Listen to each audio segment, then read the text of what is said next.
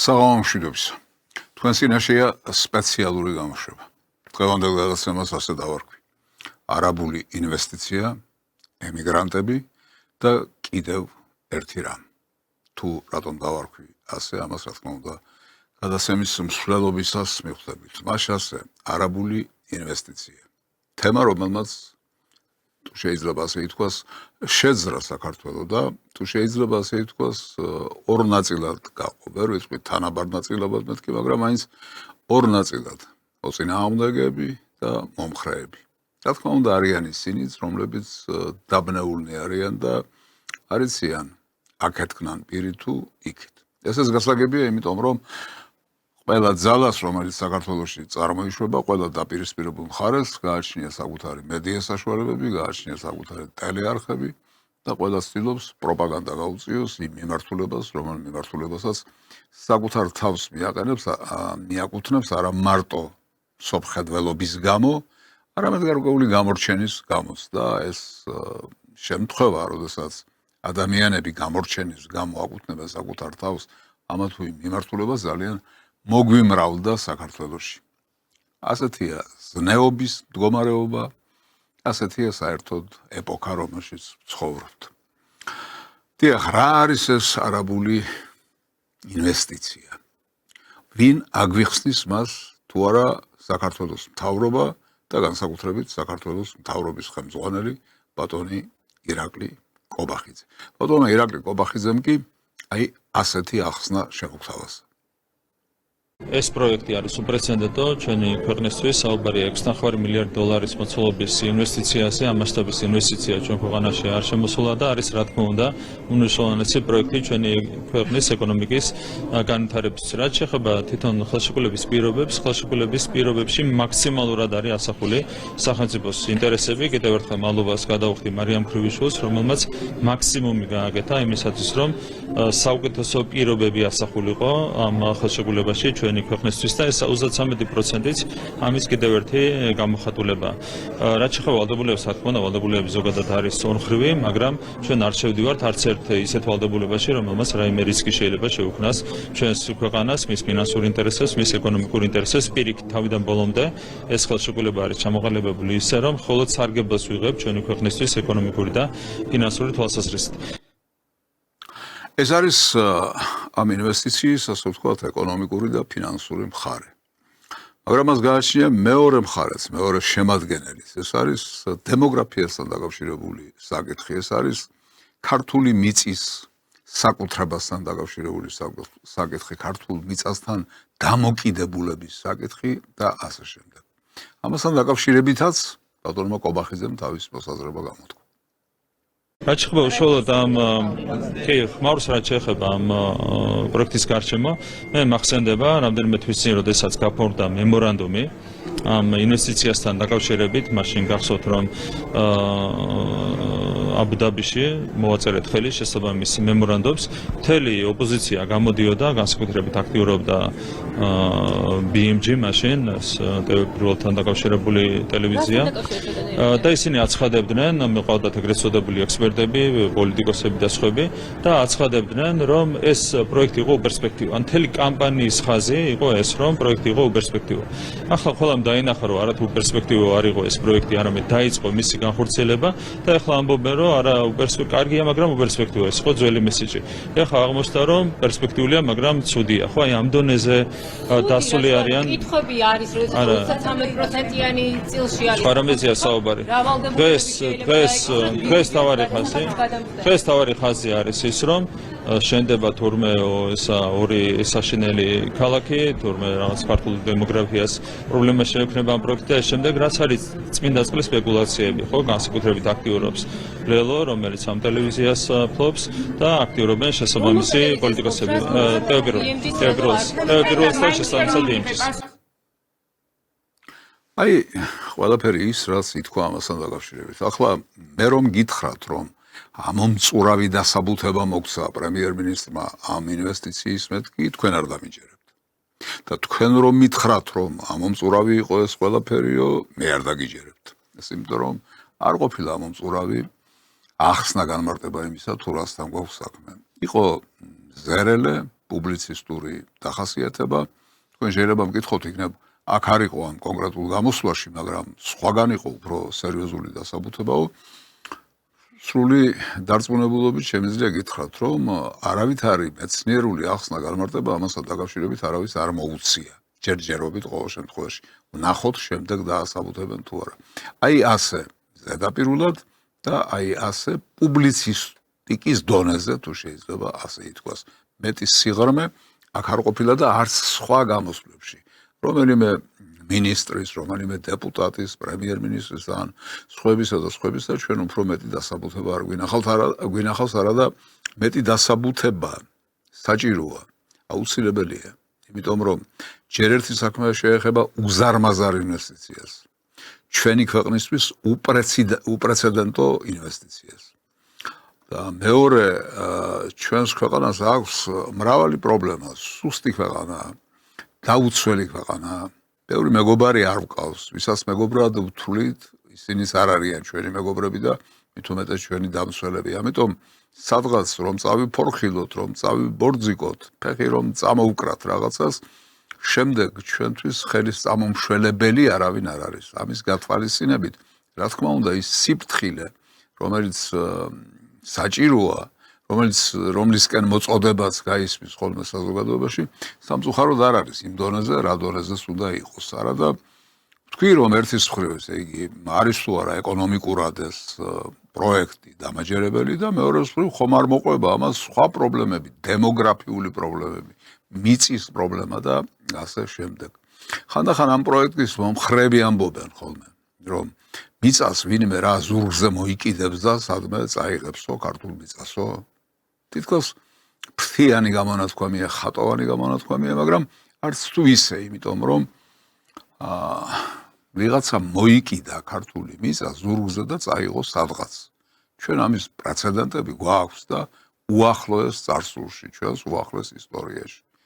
ასე წაიღეს, ვთქვათ, ოსებმა თუ რუსებმა თუ ვიღაცებმა ის, რასაც სამხრეთ ოსეთის ავტონომიური ოლქი ერქვა, ასე წაიღეს ის, რასაც აფხაზეთის ავტონომიური რესპუბლიკა ერქვა და ასე შემდეგ. ასე რომ აი ასეთი მჭიდრო დასახლებების გაჩენა იმ სიტუაციაში, როდესაც დემოგრაფიული ვითარება მართლაც კრიზისულია, მართლაც კატასტროფულია საქართველოში, რა თქმა უნდა, მეტ დაფიქრებას მოითხოვს.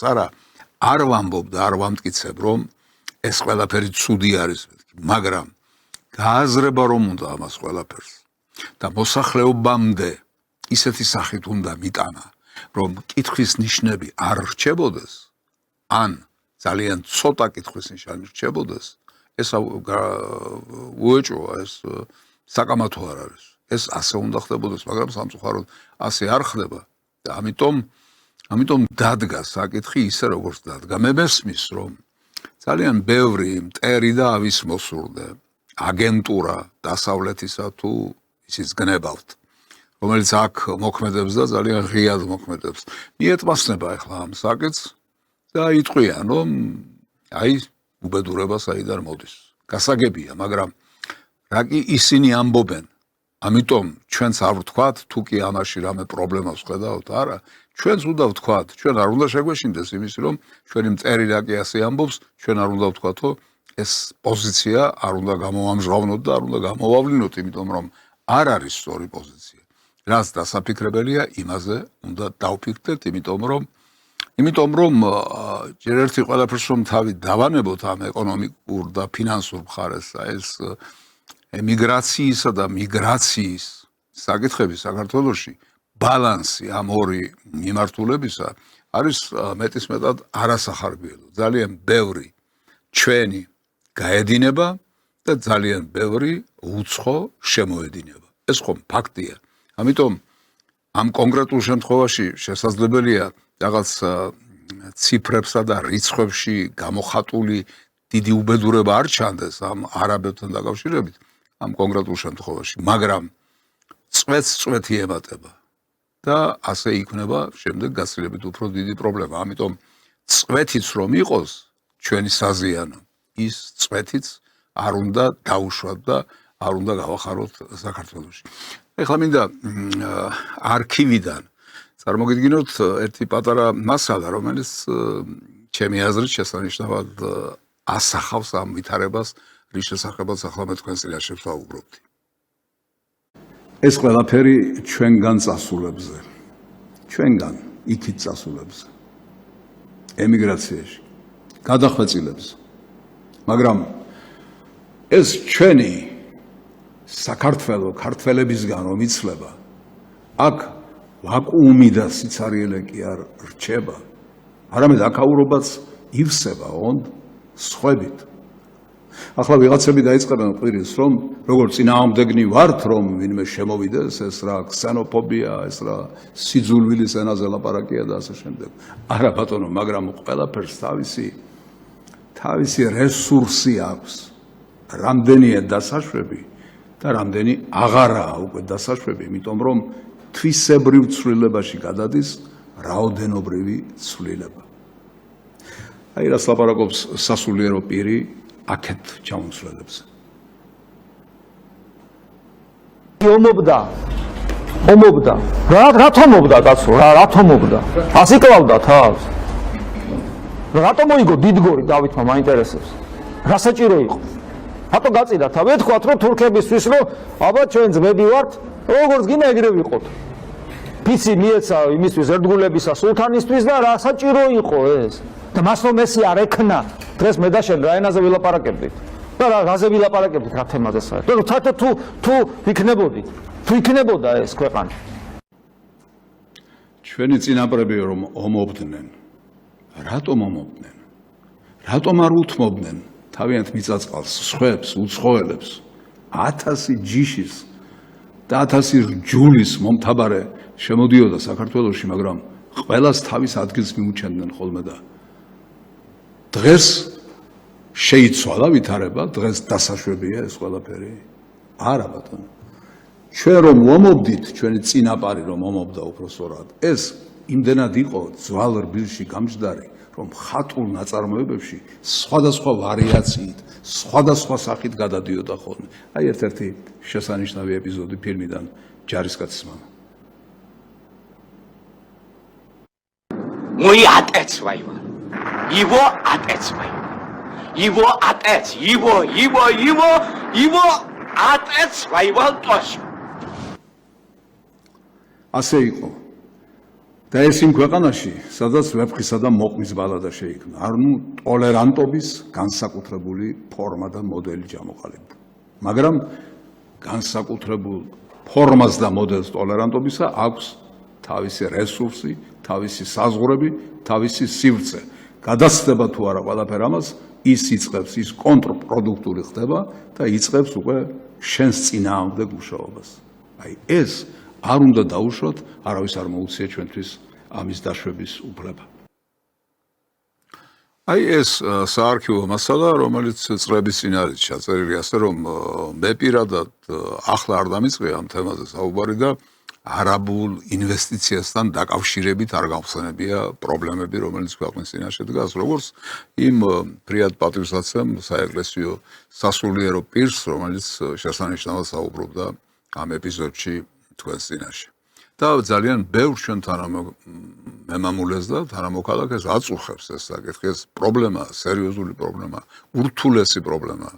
ამიტომ გეწყინებათ ბატონებო ხელისუფლებას და მთავრობას მიმართავ, როდესაც ასეთი საკითხები გამადიდებელი ლუპით თუ განეხილება. გეწყინებათ, როდესაც ასეთ საკითხებთან დაკავშირებით ნერვი გაშიშვლებული აქვს საზოგადოებას და ძალიან ემოციურად აღიქვამს ყველაფერ ამას. კიდევ ერთხელ მიმეორებ, არ ვამტკიცებ, რომ ამაში, აი ამ კონკრეტულ სიტუაციაში რაღაც განსაკუთრებული საფრთხეა ჩადებული მეთქი, იმიტომ რომ გენდობით, რატომ უნდა გააკეთოთ ასე, რატომ უნდა მოიქცეთ ასე, თუმცა ძალიან დიდ თანხაზია, დიდ ფულზეა საუბარი, ასე ვთქვათ და ფული ხომიცით მასტურია, ეშმაკია და ყველაფერი დასაშვებია, მაგრამ მიუხედავად ამისა, გენდობით, მაგრამ გითხარით, გამგვიმარტეთ, აგვიხსენით, რასთან გვაქვს საქმე. ოღონდ არა ისე, ჟურნალისტებთან ერთად რაღაცა ერთწუთიან და ორწუთიან ახსნა განმარტებაში. აგვიხსენით, როგორც საჭიროა, თავიდან ბოლომდე. და გაასაჯაროვეთ ყველაფერი. ყველა დოკუმენტი იყოს საჯარო. არაფერი არ არის დასამალი. მაინც არაფერი არ იმალება. დღეს კი არა, საერთოდ არასოდეს არაფერი არ იმალებოდა და ამიტომაც იყო ჩაწერილი იმ დიდ წიგნში, სადაც ეწერა, რომ არ არის არაფერი დამალული, რომელიც არ გაცხადდება. გაცხადდება ყველაფერი და ამიტომ ჯობია თქვენ თვითონ გაასაჯაროოთ და გითხრათ და აგვიხსნათ რასთან გვაქვს საქმე. დიახ, ახლა ეს ერთი ძალიან სერიოზული საკითხი, რომლის შესახებაც დღეს აქ დავამთავრებ საუბარს, მაგრამ არის კიდევ ერთი უაღრესად მნიშვნელოვანი საკითხი, რომელიც მე სათაურში ვახსენე. ემიგრანტები და ემიგრაცია. ძალიან დიდი ნაწილი ჩვენი საზოგადოებისა გარბოდა დიდი ხნის წინ დაიწყო ეს ამბავი საბჭოთა კავშირის დაშლის შემდეგ, რაც ვითომ დამოუკიდებლები გავხდით, მოსახლეობის დიდი ნაწილი იძულებული შეიქნა, რომ გაქცევით ეშველა საკუთარი თავისთვის. ეს ხომ დასამალი არ არის. ჩვენ რომ დავმალოთ, თქვენ რომ დამალოთ, მე რომ დავმალო. საზოგადოებისთვის ეს დაფარულია. ოჯახი არ არის, რომ ემიგრანტი არ ყავდეს და წასული არ ყავდეს, რომელიც იქიდან აგზავნის რაღაც გარკვეულ დახმარებას, შვილიშვილებს, ოჯახს უგზავნის და არ ჩანს მათ, ხომ? ძალიან დიდად არის დამოკიდებული ჩვენი ფინანსური მდგომარეობა, საბიუჯეტო მდგომარეობა, სწორედ აი ამ გზით შემოსულ თანხებზე, რომელიც საქართველოს შემოდის თითქმის ყველა ქვეყნიდან და ყველა კონტინენტიდან. დიახ, ეს ურთულესი პრობლემაა და უმძიმესი პრობლემაა. აქაც ზედაპირული მიდგომა და გადავლა საკითხისადმი ისე მარტივად, რომ ადგილად გადავწყვიტოთ რაღაც საკითხები, სწორი არ იქნება, იმიტომ რომ თვითონ საკითხია რთული და მე შევეცდები დღეს წარმოგიდგინოთ სირთულე ამ საკითხის. მანამდე კი რატომ მოვკიდე ამ თემას ხელი დღეს ამ გადაცემაში, რა იყო იმპულსი, ეს გახლავთ ის, რომ კანონმდებლობაში, საარჩევნო კოდექსში შედის ცვლილება იმასთან დაკავშირებით, თუ კონკრეტულად ამ ემიგრანტებთან დაკავშირებით როგორ უნდა იყოს ხმის მისცემის წესი და როგორც ირკვევა, შემოდის ასეთი კანონმდებლობა, რომ ისინი ადგილზე ხმას ვერ მისცემენ. ისინი იძულებულნი იქნებიან ჩამოვიდნენ საქართველოში და აქ მისცენ ხმა. აი, როგორ ხდება ეს ყველაფერი.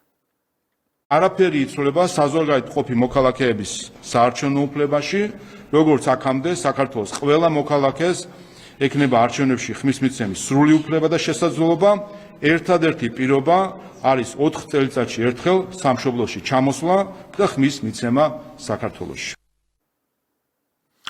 აი ასე, თითქოს ძალიან მარტივად, რა მოხდა 4 წელიწადში ერთხელ შეგაიგაცო, ადექი ჩამოდი, თუ საქართველო გაწუხებს, გტკივა შენს ვალდებულებას, გრძნობ ქვეყნის და ერის წინაშე და აქ მიეცი ხმა, მაგრამ ასე ნამდვილეში, ასე მარტივად არის საკითხი, ასე ადვილია მათთვის ჩამოსვლა. ჩვენ მიფიქრეთ, ავწონდავწონეთ, რასთან გვაქვს საქმე ამ ემიგრაციის სახით. სახელმწიფომ, ქვეყანამ, რამდენად გაუწია მათ დახმარება იმ პრობლემების დაძლევაში, რომელი პრობლემების გამო ისინი საზღვარგარეთ გადაიხვეწნენ. არავის არ უხარია ქვეყნიდან გარეთ გასვლა, სამუდამოდ წასვლა ან დიდი ხნით წასვლა, შრომით ემიგრაციაში წასვლა, ლუკმაპურის საძებნად წასვლა. შეიძლება ეს ადამიანს უხაროდეს, სადაც არ უნდა მიდიოდეს და როგორ წარმატებულ და ეკონომიკურად მაღალ დონეზე მყოფ ქვეყნებშიც უნდა მიდიოდეს, ვთქვათ, ამერიკის შეერთებულ შტატებში, ევროპის სახელმწიფოებში, თუ აზიის, თუ აფრიკის, თუ სხვა ასე ვთქვათ, მაღალ შემოსავლიან ქვეყნებში, სადაც რაღაცა თანხებს გამოიმუშავებენ. უხარიათ, არ უხარიათ. ამიტომ თუ კი არ უხარიათ, ისინი პატარა რამ დახმარება რომ ყოფილიყო, შენ წეობა თუ რაღაცა მათი პრობლემების გულთან ახლოს მიტანის, ან სურვილი ყოფილიყო, ან შესაძლებლობა ყოფილიყო, ასეთ შემთხვევაში მათ არ მოუწოდათ ემიგრაციაში წასვლა. და ემიგრაციაში რომ არიან, იქ ძალიან ბევრი არის არალეგალურად. არალეგალურად რომ არის ადამიანი წასული, ის ვერ ჩამოვა, თუნდაც 4 წელიწადში ერთხელ, იმიტომ რომ ჩამოვიდეს, მერე უკან ვეღარ შევა. რის ვაივაგლახით რომ შეაღწია, ამა თუ იმ სახელმწიფოში, ის ადამიანი იქიდან თუ წამოვა, მერე მეორედ როგორ შეაღწევს იქ. როდესაც მას დახვდება კანონი, დახვდება სამართალი, დახვდება პოლიცია და ასე შემდეგ. არის ხოლმე შემთხვევები, როდესაც ოჯახის წევრი გარდაეცვლება ემიგრანტს აქ საქართველოში და ვერ ჩამოდის. იმიტომ რომ საკუთარი მდგომარეობის მძევალია. რომ ჩამოვიდეს, კარგავს ყველაფერს, რაც იქ აქვს მოპოვებული რაღაცა მდგომარეობა. და ამის შემდეგ მარტო საკუთარ თავზე კი არ დარდობს, არამედ ოჯახის დანარჩენ წევრებზე, რომელსაც იქიდან არჩენს. რთულია ეს საკითხი და ასე რომ დავავალოთ ხელაღებით, რომ ჩამოდით და აქ მიეცით ხმა და მერე უკან წავდითო, ეს არ არის სწორი. ჯერ ერთი ჩამოსვლა რამდენ ხარჯთან არის, თანხებთან არის დაკავშირებული და 1000 პრობლემა არის აქ, ასე მარტივად არ არის ეს გადასაწყვეტი, მაგრამ თქვენ მათ იმიტომ ეპატიჟებით, მეორე საკითხი, იმიტომ ეპატიჟებით აქ, რომ აქ მისცენ ხმა, არა, ესეც არ არის მართალი. თქვენ მათ აქ იმიტომ ეპატიჟებით, უბრალოდ კანონმდებლობით ხდით იძულებულს, რომ აქ ჩამოვიდნენ, რომ იცით, არ ჩამოვლენ. ანუ ხმას არ მისცემენ. იქ ვერ მისცემენ, აქ არ მისცემენ. რა გამოდის? აქაც ვერ მისცემენ. რა გამოდის? გამოდის ის, რომ ისინი ხმის გარეშე რჩებიან. ადამიანები, რომლებსაც ადამიანურ უფლებათაგან მარტო ეს აქვთ შერჩენილი, სხვა ყველაფერი დაკარგეს. ქონება არ გააჩნიათ, მატერიალური მდგომარეობა არ გააჩნიათ ისინი, რომ თავიანთ ოჯახში მშვიდად და ნორმალურად იცხოვრონ და ამიტომ სხვაგან გარბიან, ესე იგი თითქმის ყველაფერი დაკარგული აქვს. ხმა აქვთ, ხმის უფლება აქვთ, შენარჩუნებული და ახლა ამასაც ართმევთ, რატო ართმევთ ამას? ალბათ იმიტომ, რომ დარწმუნებული ხართ. თქვენ არ მოგცემენ ხმას. სხვა რომელიმე პარტიას მისცემენ ხმას. მე კაცმა რომ მკითხოს, მე მგონია რომ სხვას კი არ აძლევენ ხმას, არამედ თქვენ არ გაძლევენ სხვა ხმას და ამიტომ აძლევენ სხვას ხმას. რატომ არ გაძლევენ თქვენ ხმას? იმის გამო რაც უკვე გითხარით, იმიტომ რომ გულთან არ მიიტანეთ, იმიტომ რომ პრობლემები ვერ გადაუწყვიტეთ, ან არ გადაუწყვიტეთ. და ისინი დატოვეთ იმ მდგომარეობაში, რა მდგომარეობაშიც აღმოჩნდნენ. აი ამის გამო ემიგრანტს შრომით ემიგრაციაში წასულ ადამიანს, ლუკმა პურის საძებნელად წასულ ადამიანს როგორ უნდა თხოვო, რომ მე მომეცი ხმაო, მე ხელისუფალი რო ვარ, შენს პრობლემებს ვერ ვწყვიტავ, არ ვწყვიტავ, მაგრამ შენ მაინც მე უნდა მომცა ხმაო. ცოტა არასწორი მიდგომაა.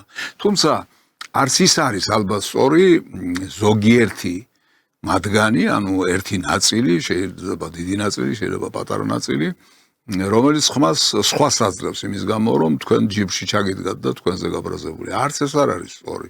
ასე არ უნდა მიუდგეს საკითხი. საკითხი კომპლექსურად უნდა გააანალიზო, კომპლექსურად უნდა შეისწავლო და ამის მიხედვით უნდა მიიღო გადაწყვეტილება, მაგრამ არის ის სურათი, რა სურათიც არის და ამიტომ ამ ადამიანებს წავართვათ ხმის უფლება, ეს რა თქმა უნდა არ არის სწორი. ახლა პატარა ისტორია იმასთან დაკავშირებით, როგორი იყო დამოკიდებულება, აი თუნდაც ბოლო ხელისუფლებისა. აქედანვე ვიტყვი, რომ ეს ამ ხელისუფლების პრობლემა არ არის, შრომითი ემიგრაცია ამ ხელისუფლების დროს კი არ დაწყებულა. გითხარით უკვე საბჭოთა კავშირის დაშლის შემდეგ დაიწყო ეს პროცესი. შესაძლებელია ამ ხელისუფლების დროს შემცირდა კიდეც, მაგრამ პასუხისმგებლობას ვერ ააცილებს ეს ამ ხელისუფლებას, იმიტომ რომ საკითხი დგას, რაც თავარია. პრობლემა არსებობს და პრობლემა რა კი არსებობს, ის ხელისუფლებამ უნდა გადაჭრას ასე თუ ისე. მიდგომა, ისტორიული მიდგომა ამ ხელისუფლების პირობებში იყო აი ასეთი. ფიქრობთ რა ქართველი ემიგრანტების მხარდაჭერის მოპოვებას და რამე პროგრამა თუ გაქვთ მათთან რამე წინასაარჩევნო პროგრამა, ესეთი, იმიტომ რომ ძალიან ბევრი ადამიანია ბატონებიძინა ბოლო წლებში საქართველოსდან გასული. საუბედუროთ ერთ-ერთი ჩვენი ოცნება და ხოლმე მინდეს მიტინგზე რომ წარმოვთქვა არის ის, რომ ჩვენ უნდა დავიბრუნოთ ჩვენი ქართველები. უნდა შევქმნათ ისეთი სიტუაცია, რომ აქ იყოს ცხოვრება საინტერესო. და რა თქმა უნდა ჩვენ გვაქვს პროგრამა, რა თქმა უნდა ჩვენ შეიძლება დღეს არ ჩანს ესეთი აქტიურობა, მაგრამ ყველაფერი მიდის გეგმიურად. ჩვენ ყველა ქვეყანაში მუშაობთ ჩვენს ემიგრანტებთან, რომ მათ მოახერხონ მაქსიმალური ჩართულობა იყოს პროცესებში, რაც საქართველოში მიმდინარეობს საარჩევნო მართლობაში და რომ მათ მიიღონ მონაწილეობა. ეს ერთი რომ არჩევნებში სწორი პოზიცია დაიჭირონ და მეორე რომ მათ ზაობა შეუქმნათ მომავლისთვის, რომ დროულად გამოიხედონ და დაბრუნდნენ თავის ქვეყანაში იმის შემდგომ, როდესაც შექმნით ამის შესაძლოს პირობებს. არაფერი არ დაეწუნება ამ ნათქვამს, ამ მიდგომას, სწორია ყველაფერი, უნდა შეიქმნას ის პირობები, რომ ისინი დაბრუნდნენ, ღირსეულად დაბრუნდნენ და დაბრუნდნენ ისე, როგორც ისურვებდნენ, რომ დაბრუნებულიყვნენ. ამისთვის ყველა პირობა უნდა შეიქმნას, მაგრამ შეიქმნა ყველა პირობა? რა თქმა უნდა არ შექმნილა. მე ვერ ვიტყვი, რომ თუნდაც რამე ნაბიჯი გადაიდგა ამ მიმართულებით მეთქი. შესაძლებელი არ ვარ ჩახედული და იმიტომ ვფიქრობაზე, მაგრამ მგონია რომ ბევრი არაფერი გაკეთებულა ამ მიმართულებით. ყველამ ვიცით რომ ემიგრაციაში წასული ადამიანების აბსოლუტურ უმრავლესობას უდგას პირველ რიგში საბინაო საკითხი.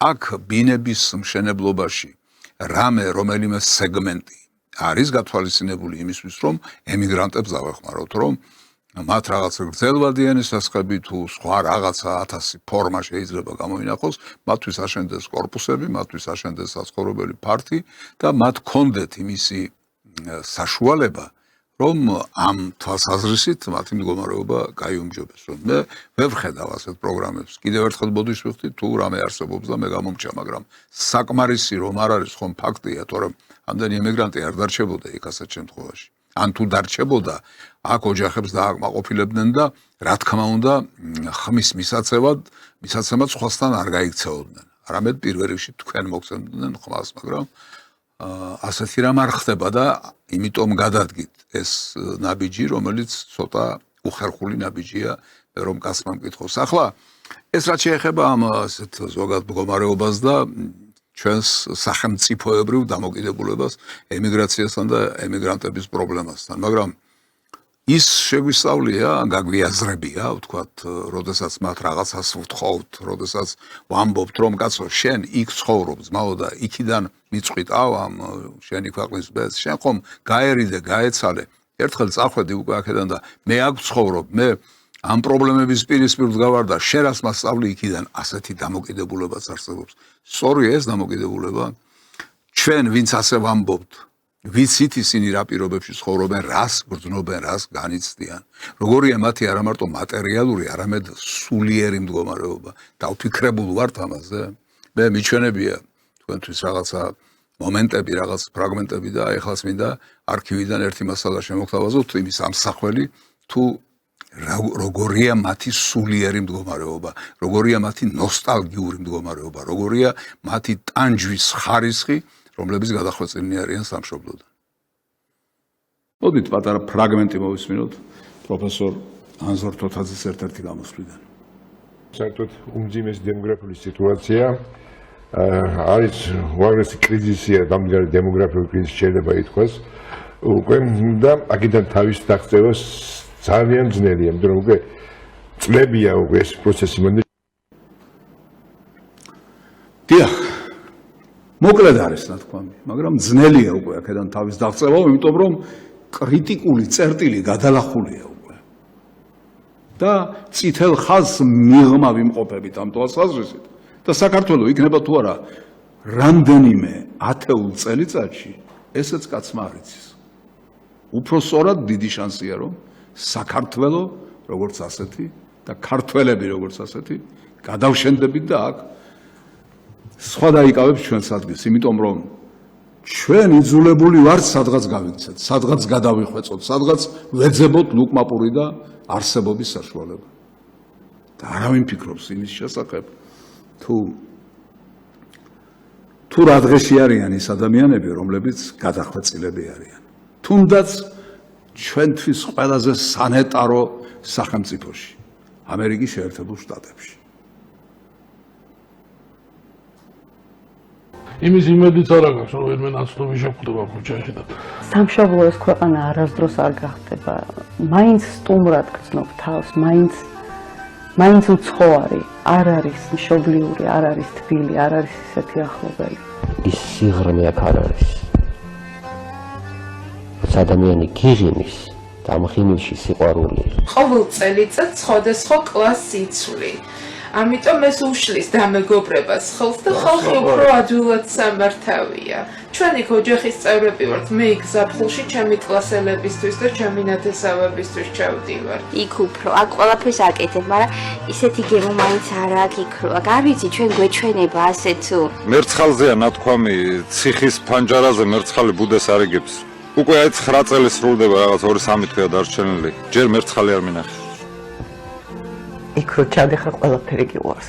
ის უწესრიგობაც კი მიყვარს. ბორჯომის ეტიკეტი დავინახე ამერიკაში ქუჩაში ძირს ეკდა და ქართული ასოები რო ეწერა დამენანა და ავიღე. ქვა ფოთოლი ნებისმიერ რაღაცა რო იცი რომ იქიდან არის ჩამოსული ამას მე ხატებ ცენტრში არის წმინდა აეროპორტიდან რო გავედი პირველად ქართულ მიწაზე ფეხი რო დავადგე მუხლებს დავიჭოკე ვაკოც ის მიწა რო გაქვს ის შენი ფესვები იქიდან არის და რაღაც ძალა რაღაცა სიყვარულია სხვა სითბოა დედა ჩემი მენატრება ყველაზე ძალიან 13 წელი არ გინა არა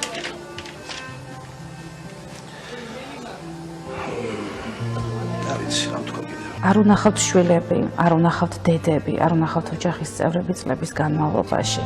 ხდება საშინელი გაუცხოება. შეხვედრის მომენტში უკვე მათ საერთო ენა აღარ აქვთ, მათ არ აქვთ საერთო სალაპარაკო, მათ არ აქვთ საერთო აზრი, ის ძარღვი. ჩემი შვილი კი პატარაა ახლა ამჟამად, მაგრამ დედას ეძახის ყველას ჩემს გარდა. კივილი ის არის, რომ 13 წელზე მეტი არ მინახია ბავშვი. და სიხარული კიდე ის არის მომავლის იმედი. რა შევხვდები? ძნელია, რო შეხედა უბრალოდ.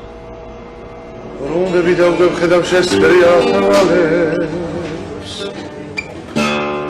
რომდები დავგებიცი ვინ გამიღებს აკარებს. ზარდავრეგავ და შენი ხამაით კრიალებს ზარად. მამა მოვიდაო ჩქარა დედა ჩქარა ზარდავრეგავ და შენი ხამაით კრიალებს ზარად. მამა მოვიდაო ჩქარა დედა ჩქარა ძალიან მინატრება და ხშირად ვფიქრობ ხოლმე, როდის დადგება ის წუთიო. აეროპორტში მამაჩემს ჩავეხუტო ძალიან მაგრად და სულ ვიქნები ალბათ მამაჩემის გვერდით. იმ შეხვედრას გაუმართოს, იმ ზარის დარეკვას, იმ კარზე დაკაკუნებას შვილი რომ გაგიღებს.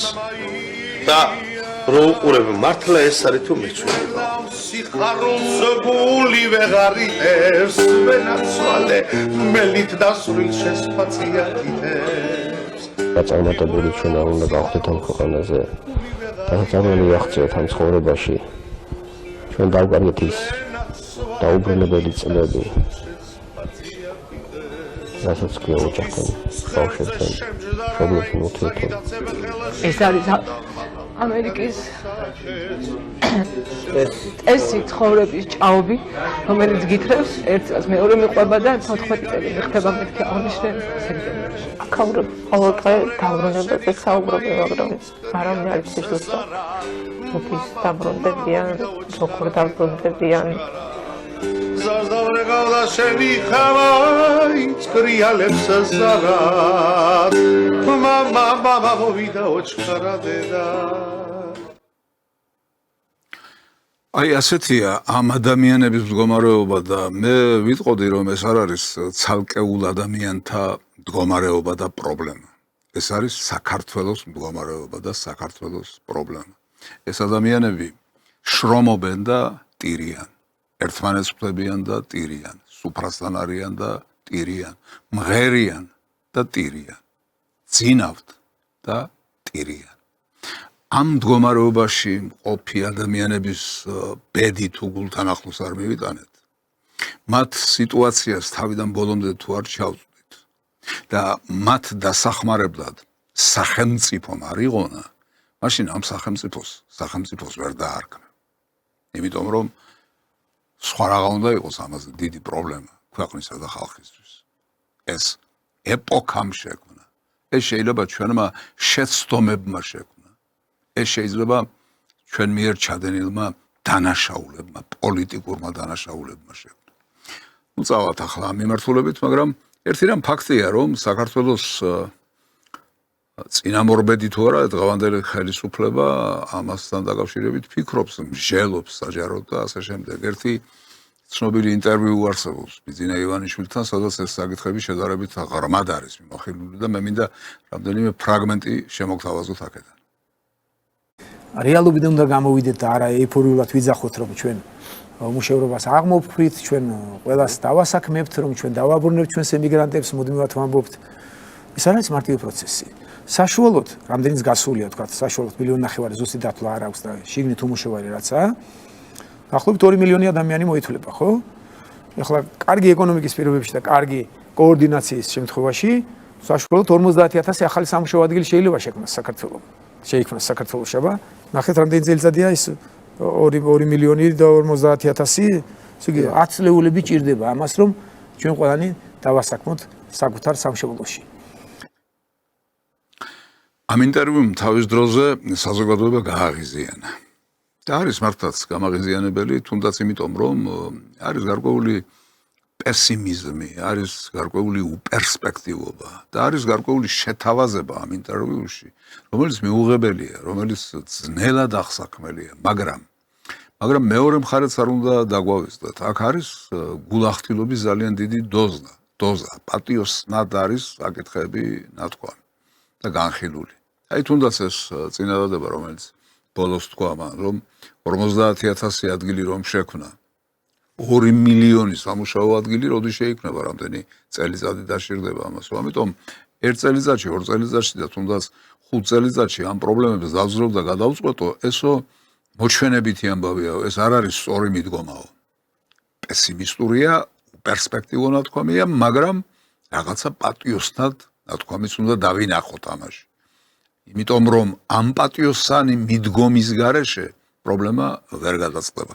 თუმცა რა თქმა უნდა, მთლიანობაში ეს ინტერვიუ, როგორც ვთქვი, ძალიან გამაღიზიანებელი აღმოჩნდა საზოგადოებისთვის და აი ახლა რამდენიმე ფრაგმენტს გაჩვენებ და მივყვეთ თუ რატომ და რის გამო მოხდა ასე.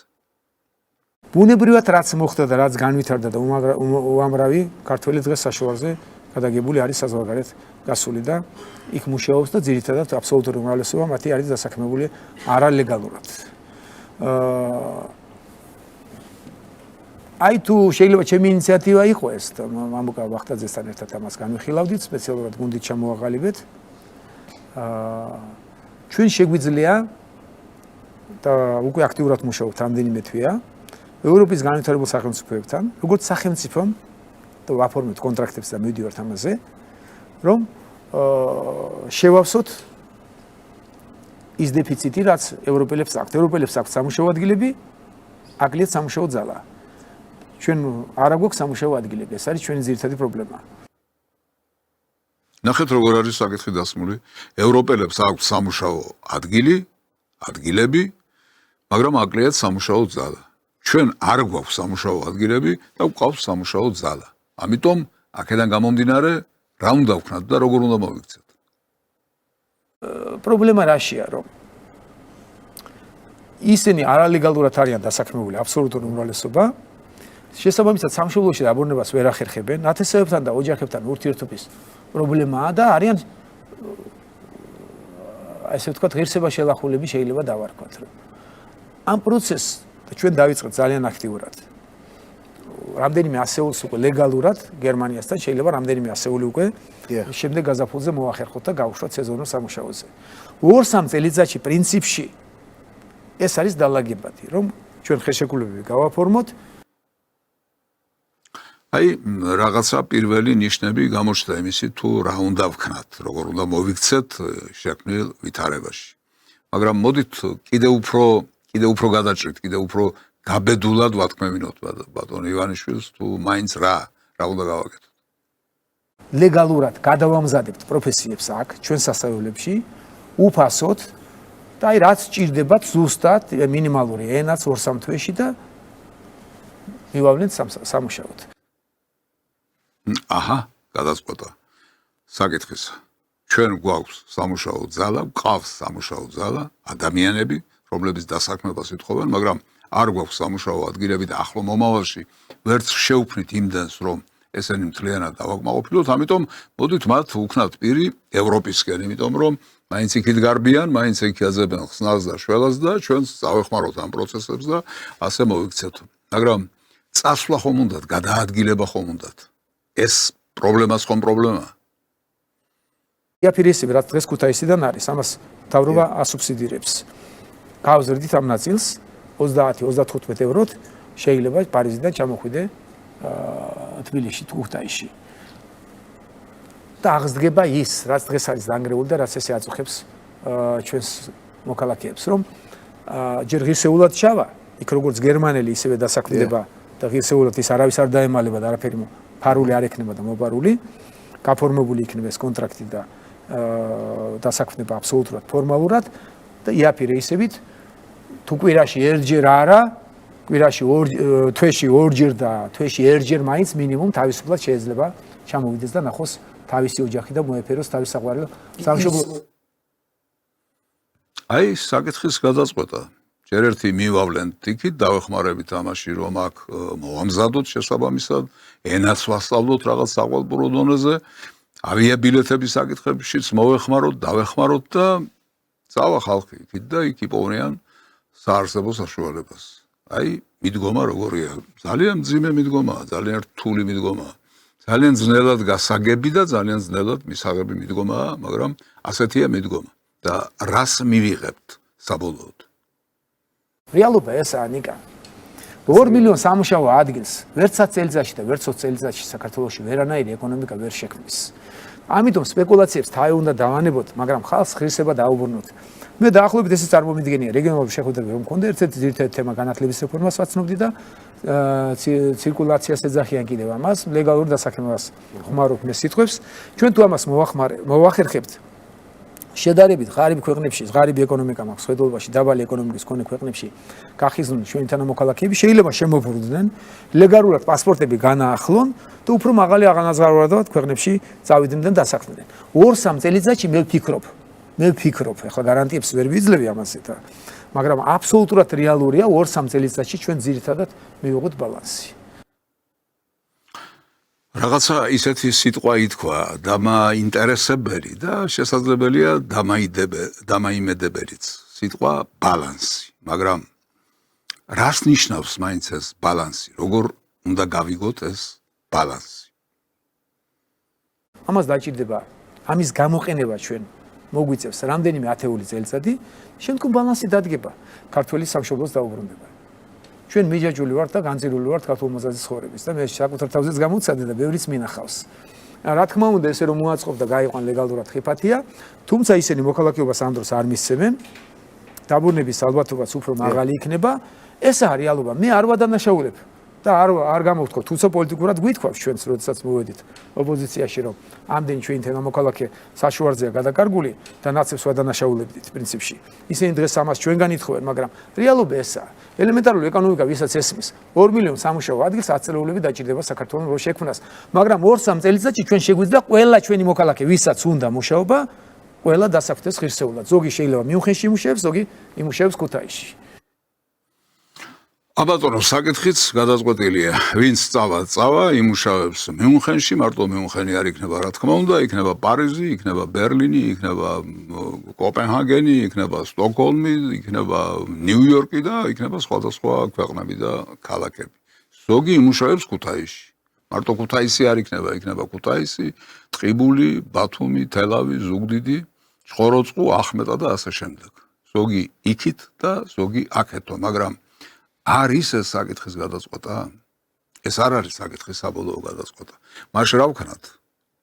2 მილიონ სამუშაო ადგილს ვერ შევქმნით, ამას ათეულობით წლები დასჭირდება და ეს ხალხი ხომ არ დაიხოცება ლუკმაპურის უქონლობით. ამიტომ რაღაცა ასეთი გამოსავალი უნდა ვიპოვოთ. უმძიმესი ვითარებაა, უმძიმესი რეალობაა, კიდევ ერთხელ გავიმეორებ, ეს არ არის ამ ხელისუფლების მიერ ჩადენილი დანაშაული თუ შეცდომა. ეს არის საბჭოთა კავშირის ნდრევისა და ეგრეთ წოდებული თავისუფლების მოპოვების შემდეგ ობიექტურად მოსული რეალობა. ეს უნდა ვცოდნოდა, რომ ასე მოგვივიდოდა, მაგრამ ეს არ ვიცოდით. არც იმათ, ვინც დროშების ფრიალით დარბოდნენ ქუჩაში და არც იმათ, ვინც ამ დროშებით მრობენალ ხალხს უკან დაძდევდა. არავინ არ იცოდა ეს ჩვენ და სამწუხაროდ და ამიტომ მივიღეთ ეს რეალობა და ახლა მარტო ერთ კაცს ან ერთ პარტიას მოვთხოვოთ ამაზე პასუხისმგებლობის აღება, ეს არ იქნება სწორი, მაგრამ საკითხი რომ გადასაწყვეტია, პრობლემა რომ მოსაგვარებელია, ამაში ორი აზრი არ არსებობს. ბიძინა ივანიშვილმა რაც შემოგთავაზა, შესაძლებელია პატიოსნად ნათქვამია, სწორად დანახული, ობიექტურად დანახულია პრობლემა, მაგრამ მისაღები არ არის, იმიტომ რომ არ არის ეს ასე. ზოგს იქით დავასაქმებ, ზოგს აქეთ, ეს ჩვენს, აი ბატონი თოთაზე რომ საუბრობდა, რამდენიმე ათეულ წელიწადში შესაძლებელია საქართველოში ისეთი დემოგრაფიული პრობლემა დადგეს, რომ საქართველო პრაქტიკულად საქართველო აღარ იყოს და გადაშენდეს. საქართველოც და ქართველებიც გადავშენდეთ. აი ამიტომ ამ ვითარებაში რაღაცა სხვა გადაწყვეტა მოსაძებნი და მიუხედავად იმისა, რომ ვხედავ ბიძინა ივანიშვილის მიერ პატიოსნად დაყენებულ პრობლემას, მაინც არ ამგონია, რომ მის მიერ შემოთავაზებული ეს გზა იყოს სწორი და საბოლოოდ მისაღები. რაღაცა უფრო უკეთესი გადაწყვეტაა მისაღები. ახლა დაუბრუნდეთ ისევ ამ საარჩევნო თემას, რის გამოც შემოვიდა დღეს ჩვენ სასაუბრო თემად ეს საკითხი, ემიგრაციის და ემიგრანტების საკითხი. ეს არის არჩევნებთან დაკავშირებული პრობლემა, რომელიც გითხარით უკვე, რომ არჩევნებთან დაკავშირებით იცვლება რაღაცა წესი და იცვლება ემიგრანტების საზიანოდ. რაც რა თქმა უნდა ასევე არ არის მისაღები, მაგრამ აქაც არის რაღაც გარკვეული ობიექტურობა. როგორ იქცევიან ისინი, ან როგორ ზემოქმედებენ მათზე, როგორ მანიპულირებენ მათ ცნობიერებაზე, მათ განწყობაზე, მათ პოლიტიკურ მსოფლმხედველობაზე. ეს საკითხიც შესასწავლია. იქნებ რაღაცა ისეთი ხდება იმ ქვეყნებში, სადაც ისინი ცხოვრობენ, რაც აბსოლუტურად მიუღებელია, რაც ფსიქიკაზე ძალადობა, რაც манипуляция მათ მსოფლმხედველობასა და მათ ცნობიერებაზე. ამასთან დაკავშირებით თავის აზრს იტყვის ბატონი შალვა პაპუაშვილი. ჩვენ თქვით მიზეზები და ერთ მიზეზს გავამახვილებთ თქვენს ყურადღებას, როცა საუბრობთ, რომ საზღვარგარეთ ყოფი ჩვენი მოქალაქეები იმყოფებიან უცხო იურისდიქციაში, სადაც საქართველოს სახელმწიფო მათ ვერ იცავს. მათ შორის ვერ იცავს მათ ან შეზღუდული აქვს დაცვის შესაძლებლობა, მათ შორის საარჩევნო უფლების მხრივ. და ჩვენ თქვით კიდევაც, რომ ნახეთ, რომ ერთი რომ სულ უფრო მეტად და მეტად იმატებს მსოფლიოში სხვა ქვეყნების არჩევნებში ჩარევის ფაქტები, ამაზე საუბრობენ ამერიკის შეერთებულ შტატებშიც, ევროკავშირის სხვადასხვა ქვეყანაში, რომ ერევიან მათ არჩევნებში. და ამაზე რა თქვა, ეს რა თქმა უნდა, უპირველეს ყოვლისა ჩვენ ვნახეთ 2020 წელს, როდესაც ჩვენ არჩევნებში უხეშად პირდაპირ ევროკავშირის წარმომადგენლები, ევროკავშირის ქვეყნების წარმომადგენლები ჩაერიან იმისთვის, რომ დაედოთ მათთვის სასურველი საარჩევნო შედეგი. არაფერს არ მოერიდნენ, პირდაპირ მათ შორის ევროკავშირის ელჩი ჩაერთო ქართული ოცნების წინააღმდეგ კამპანიაში, აგერ აქ მიტინგებს მართავდნენ მინისტრები უცხო ქვეყნების, ჩვენ ახლა როგორ ვანდოთ მათ, რომ მათ ქვეყანაში ჩვენს მოქალაქეებზე არ ექნება ზეწოლა, გავლენა იმისთვის, რომ მათთვის სასურველი საარჩევნო შედეგი ეს ასე ვთქვათ ზოგადად კი არსებობს, რა თქმა უნდა, ეს პრობლემა, მაგრამ ამის გამო ადამიანებს ართვა საარჩევნო ხმა და ისინი აიძულოს სადღაც ათასობით კილომეტრს იქით გადაადგილდნენ, თუნდაც საკუთარი სამშობლოს მიმართულებით და იქ მისცენ ხმა, როდესაც ეს ნაკლებად რეალურია, როდესაც ამისი არც დრო არსებობს, არც საშუალება არსებობს. ეს მაინც არ ამგონია, რომ ბოლომდე დამაჯერებელი იყოს, რაც ახლა ბატონმა შალვამ წარმოგვიდგინა, მაგრამ იგივე ბატონი შალვა ახლა მეტი კონკრეტიკისკენ წავა. და ამ კონკრეტიკის დროს უფრო კარგად დავინახავთ ამ პრობლემას. დასწორი ამის ფაქტები არის. მე გუშინაც თქვი, ბატონი მიხაილ როთი, რომელიც გახდათ გერმანიის ბუნდესტაგის საგარეო საქმეთა კომიტეტის თავმჯდომარე, გერმანიის ხელისუფლების წარმომადგენელი 2004 წლის 24 წლის არჩევნების წინ პირადად გერმანიაში, ბერლინში ჩაწერა ეს ვიდეო, ბერლინში ჩართული იყო ამომრჩევლების მობილიზება ზეწოლით. იმიტომ რომ აბა კაი დედმამიშვილი ხარ და გერმანიის ხელისუფლების წარმომადგენელი რო გეუბნება მოდი და ქართული ოცნების წინააღმდეგ მიეცი ხმა, კაი დედმამიშვილი ხარ, მე იქ ყოფი საქართველოს მოქალაქე და არ დაუჯერო გერმანიის ამ ხელისუფლების ამ წარმომადგენელს.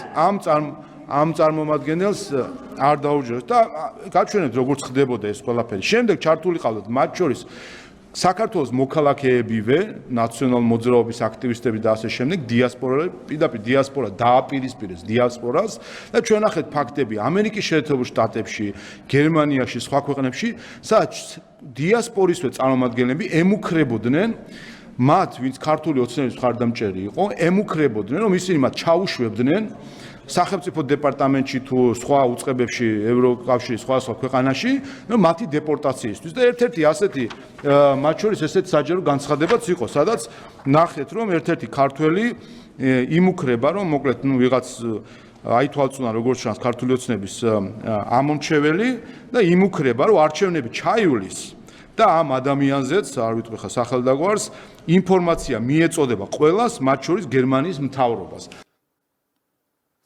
ხედავთ როგორ არის საკითხი დაყენებული და აი დღევანდელ დასავლეთში, დღევანდელ ევროპაში ეს რომ შესაძლებელია და ეს რომ უფრო მეტიც სხვაგვარად ვერ იქნება. თქვენ ხო ამაში ეჭვი არ გეპარებათ. დიახ, ასე მოიქცევიან ისინი. ასე მოაქცევენ საკუთარი გავლენის ქვეშ იმ ადამიანებს, რომლებსაც ჩვენი ემიგრანტები ქვიათ და რომლებიც იქ წვალობენ, ჯახირობენ და ასე გააქვთ თავი.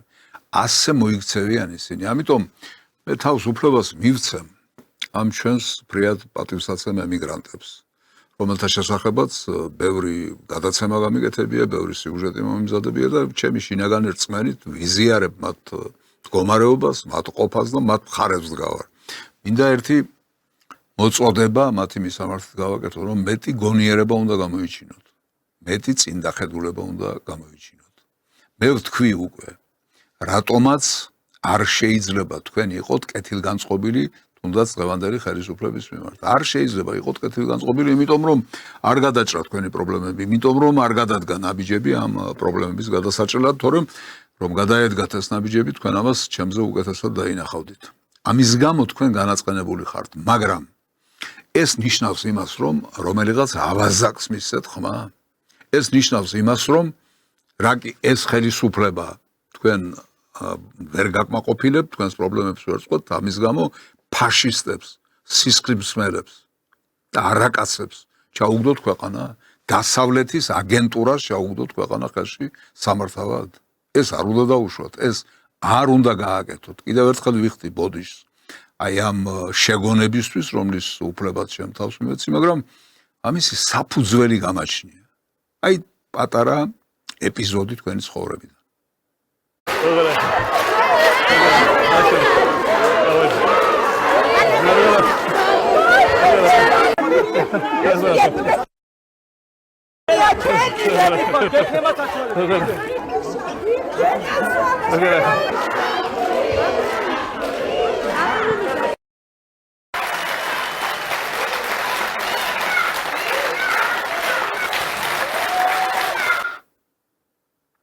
აი ამ პოლიტიკურ ნაგავს რომ ასე შეხვდებით. თქვენ ესე იგი გჯერათ რომ ეს კაცი თქვენი პრობლემების გადამჭრელი და გადამწყვეტია. ასე გამო დავიჯერო რომ ისე დაგიბნელდათ გონება პრობლემების გამო რომ ამ კაცს ანდობთ საკუთარი ქვეყნის გამგებლობას და თქვენს პირადი ბედისა და ცხოვრების გადაწყვეტას. აქამდე მივიდა საქმე? არა, თქვენ უფლება გაქვთ. რა თქმა უნდა, ვისაც გნებავთ, იმას მისცეთ ხმა. და თუნდაც აი ამ ბატონს თუ კი ის იქნება საარჩევნო სუბიექტი. რა თქმა უნდა, უფლება გაქვთ, მაგრამ როგორ უნდა მოიქცეთ სინამდვილეში? რა სითხოვს თქვენგან კეთილგონიერება, რა სითხოვს თქვენგან ზნეობა, რა სითხოვს თქვენგან თქვენს სამშობლოსა და თქვენს მომავალზე ფიქრი. აი ამისი შეხსენება მინდა მხოლოდ იმითი, რასაც ახლა გეუბნებით. ამიტომ მეტი კეთილგონიერების გამოჩენა და გამოვლენა საჭირო. ახლა ამ თემასაც ამითი დავამთავრებ და მინდა გავაგრძელო იმითი, თუ აი როგორ მუშაობენ დღესაც აი ეს დასავლეთის მოციქულები, დასავლეთის არამზადები, მათი მეხუთე კოლონა, მათი აგენტურა, მათი ეგრეთ წოდებული ასოები, არასამთავრობო ორგანიზაციები, მათი ჟურნალისტები. აი ერთ-ერთი ტელეარხი და ერთ-ერთი ჟურნალისტი ვის ეპატიჟება სტუმრად და როგორი რევერანსებით ელაპარაკება და რა საკითხებზე მიდის მასთან მსჯელობა. ეს სტუმარი გახლავთ ვინმე პოდოლიაკი უკრაინიდან, რომელიც არის პირწავარდნილი ფაშისტი და ისეთივე არამზადა და გაიძვერა, როგორც არის ზელენსკი, რომელმაც უკრაინელების ძალიან დიდი ნაწილი მიწაში ჩააწვინა უკვე და უკრაინას როგორც სახელმწიფოს ბოლო მოუღო მთლიანად. აი მისი წარმომადგენელი დღეს 2-3 თუ 4 დღის წინ არის ჩაწერილი ეს ინტერვიუ, საიდანაც ახლა ფრაგმენტებს გაჩვენებთ. Добрый вечер, господин Подоляк. გამარჯობა ბატონო Подоляк. დიდი პატივია ჩემთვის მოგესალმოთ, გისურვოთ გამარჯვება, დიდება უკრაინას. უპირველეს ყოვლისა მინდა გკითხოთ უკრაინაში მიმდინარე მოვლენების შესახებ. თქვენი თავგანწერული ბრძოლა თავისუფლებისთვის ჩვენი ბრძოლაცაა და უფრო მეტიც ეს ცივილიზაციის ბრძოლა. ახლა უკრაინაში მიმდინარეობს ბრძოლა მსოფლიო ცივილიზაციის გადარჩენისთვის.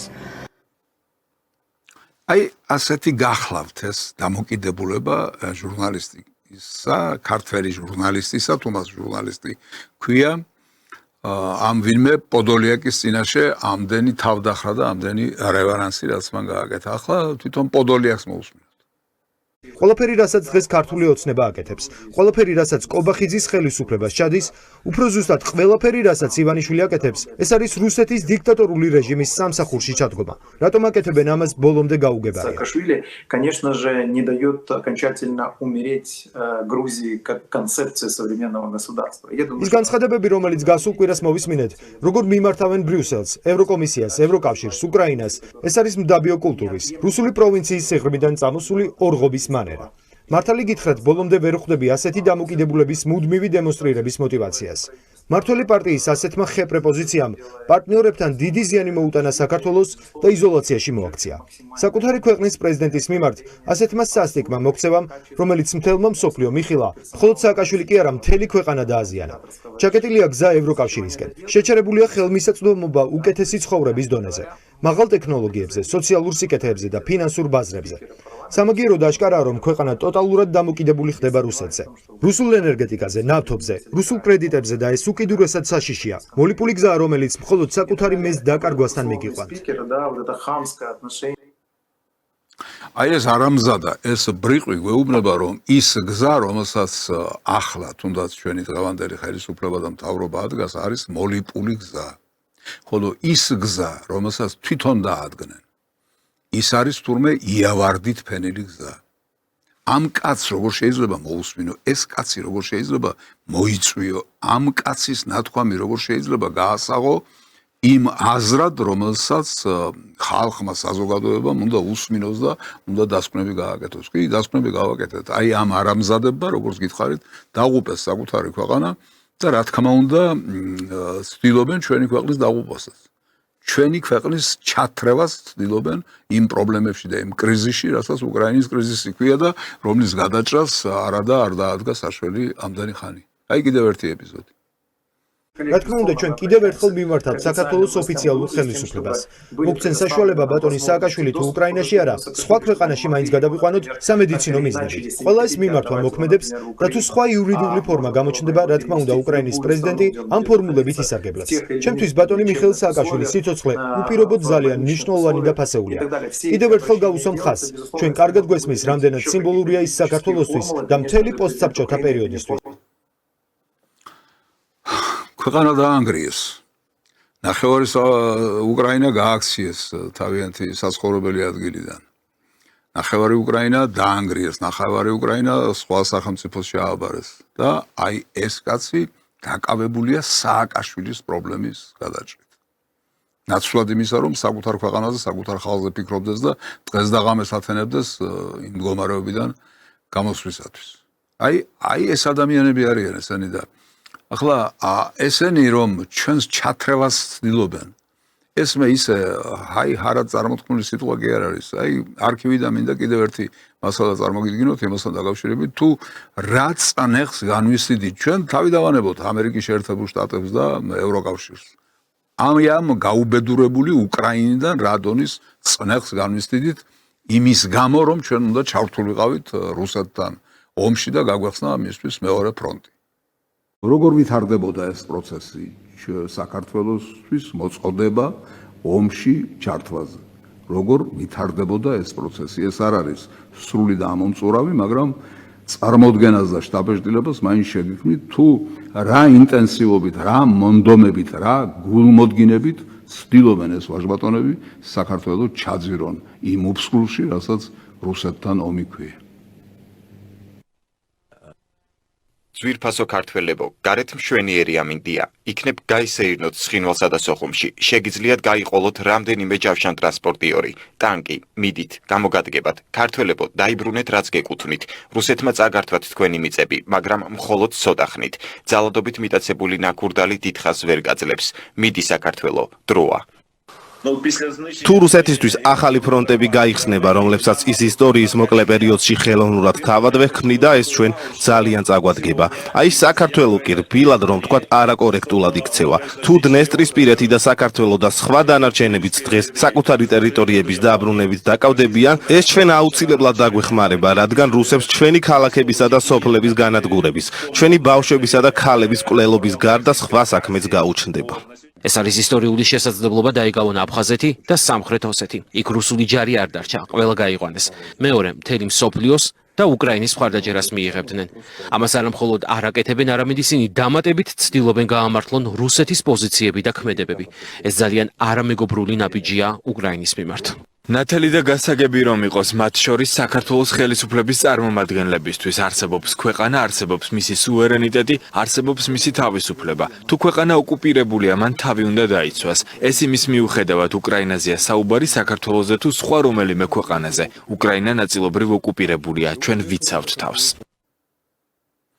ეს როგორც ვთქვი, უკვე არქივშიც იყო ნათქვამი თუ არ ვცდები, იმის შესახებ რომ წვეთია ზღვაში ამ მოწოდებებიდან, ამ ლოზუნგებიდან, რომელიც მოდიოდა იქიდან, რომ ჩვენ როგორმე ჩავეთრიეთ ამ ჭაობში შევეყვანეთ, რასაც ქვია რუსეთთან დაპირისპირება და რუსეთთან ომი.